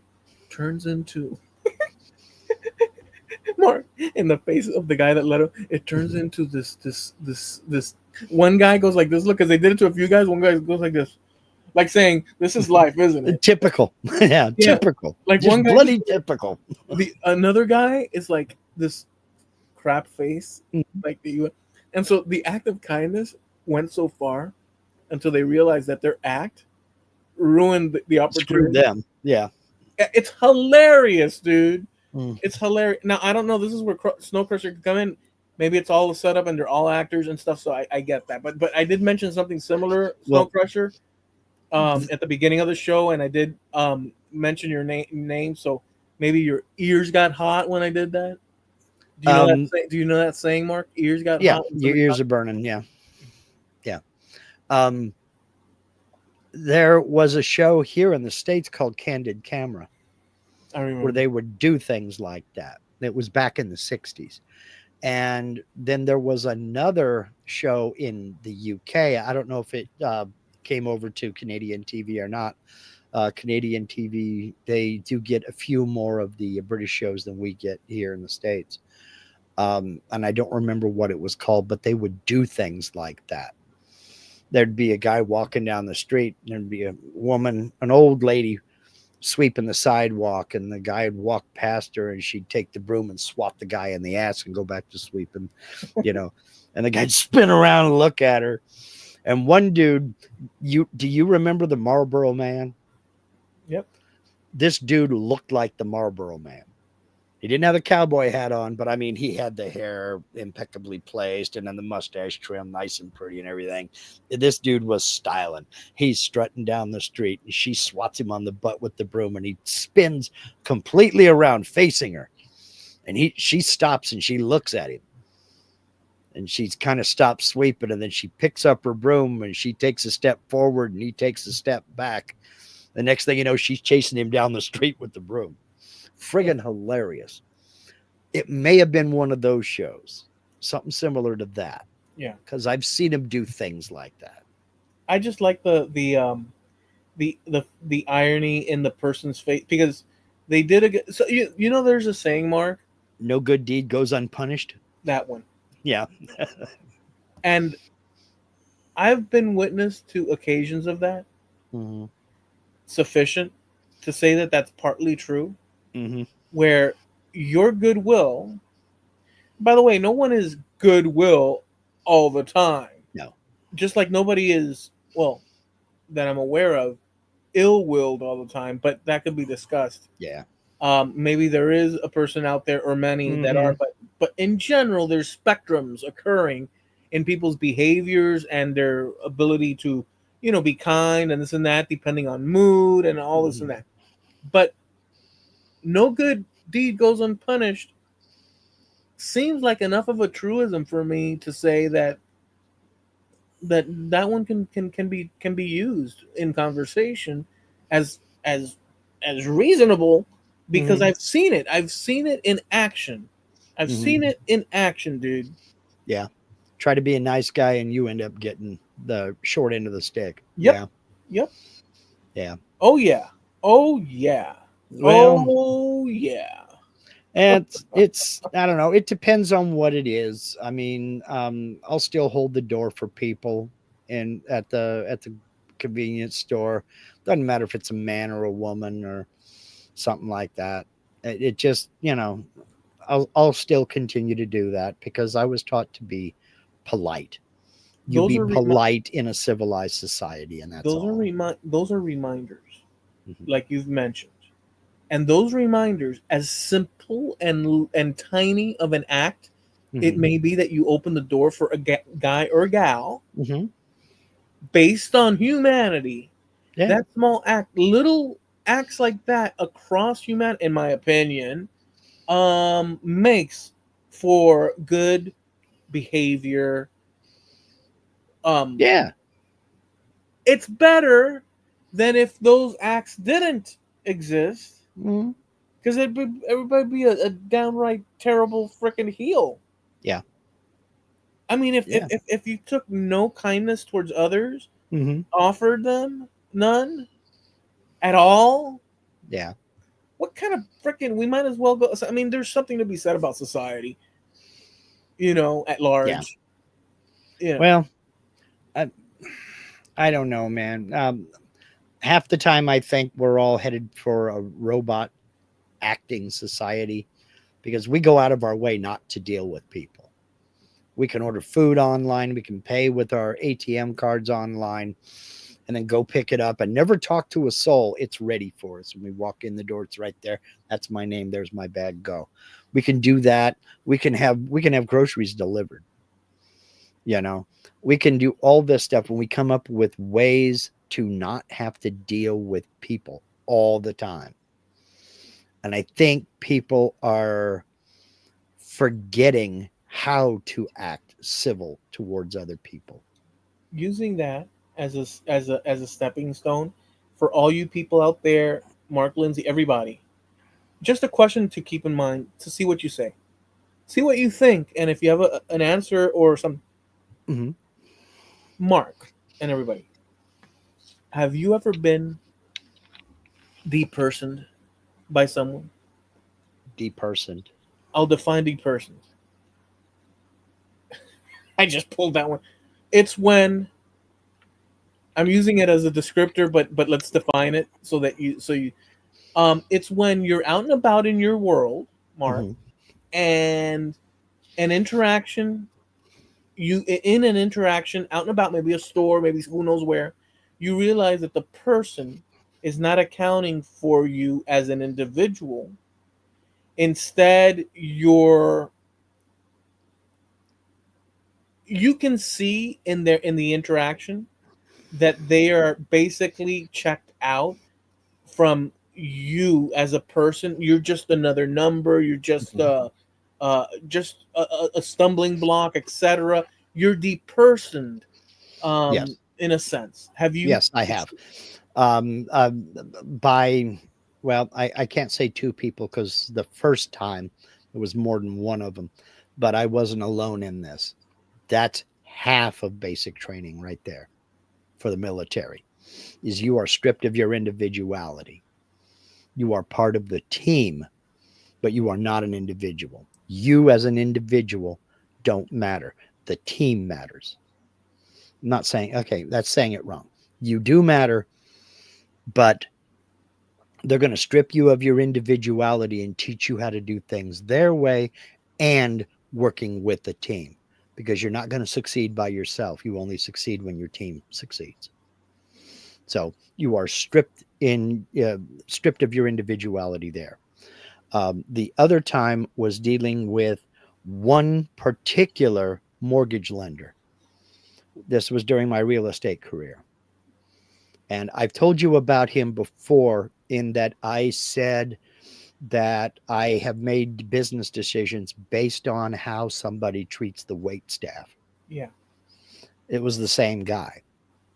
I could see as I'm sitting across from him, having a cup, sipping my coffee, that he thought he was 5 steps above me and he was blessing me with his presence, not his knowledge or not what he could offer my clients, but just by his presence. I should be grateful that he was even there. Yeah. And I never referred a soul to him or his bank. He really made that bank look bad. And in fact, I told my managing broker about it. Oh, you met him? Oh, okay, yeah. So you'd think that maybe if they're not getting as much business as the next bank, they would try to find out why. And he's just been there forever. Oh, okay.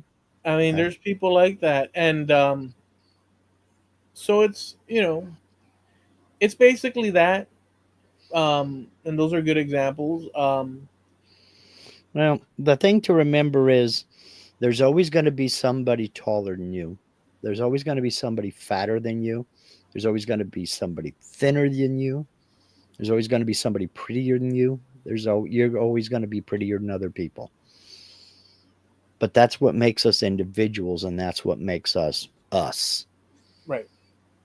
We are special to a select few people, but in the great grand scheme of things, we're not all that special. Because if my car's not out on the road right now, there's another car to take its place. If I don't go into Walmart and buy something today, there's another person in there to take my place. One person can make a difference in certain scenarios, but those are few and far in between. So about all we can do is be the best person we know how to be, we're capable of being, and be civil to one another and show some respect.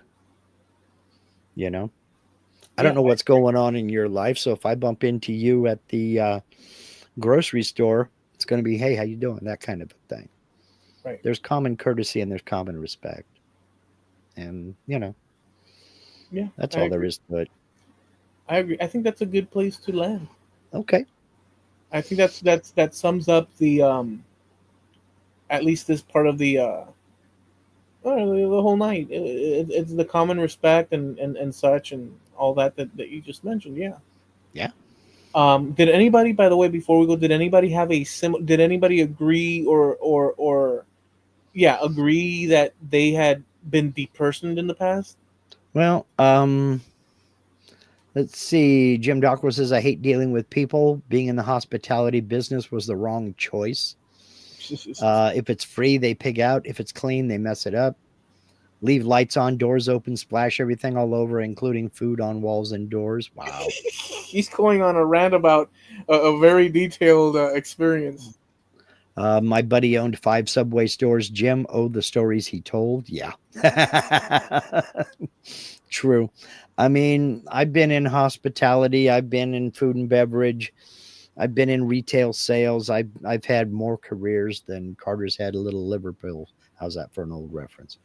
Um, and at the end of the day, people are just people. People are just people, you know. Um, yeah, offer someone a coffee, they drink as much as they can all day. Yeah. I mean, that's the society we're in. Give someone a hand, they'll take your arm. Mm-hmm. Yeah.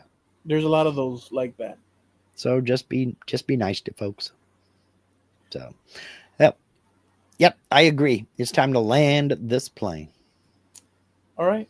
So we go live every Tuesday at 9:30 Eastern, 6:30 Pacific Coast time here on YouTube. Trampled Underfoot Podcast is the name of the show. We also have a Facebook page. That's Trampled Underfoot Podcast on Facebook. And we are also over on our website, trampledunderfootpodcast.com, where you can catch past episodes and even download them to your podcatcher if that's the terminology that's still used. We're also sponsored by Harneo Media, the only place to go if you're thinking about a website. And as a matter of fact, even if you're not thinking about a website, go over to Harneo. Here's your challenge. Go over to harneomedia.com. There's a link in the description. It's already there. Click the contact us link and tell Steve that Mark and Eloy sent you. Just to see, just for me. This is a Mark thing. Steve's probably saying, "Oh, great, thanks, Mark." thanks for adding Eloy to that, Mark. Yeah. He's too Well, I'm opinionated. not. I'm not going to just throw myself under the bus. You're coming with me, Holmes. He's got all these crazy opinions that should be kept, on the low down. Yes. But on a serious note, if you're thinking about a website, Harneo Media is the only place I'm ever going to recommend. Steve takes better care of me than I take care of myself. He's extremely competitively priced, and he's just plain and simply good at what he does. And that's all there is to it. So do yourself a favor, head over to harneomedia.com and click that contact us link and shoot him a message. That's Harneo Media, HARNEO Neal media.com. Sponsor trampledunderfootpodcast.com. I know I'm gonna get a call from the HR department at Harneal Media for my outburst just then. Yeah, so will I. Anyways, with that said, thank you guys. We hope you enjoyed the evening. We do appreciate that you hung out with us and shared your ideas, thoughts, and comments. And nothing, enjoy the rest of the week and do the things that you love. Do it safely, and we'll catch you here next week, same time, same channel. And nothing, we're out. Peace. Peace. Do what you feel. Keep both feet on the wheel. You don't got to go home. You just can't stay here.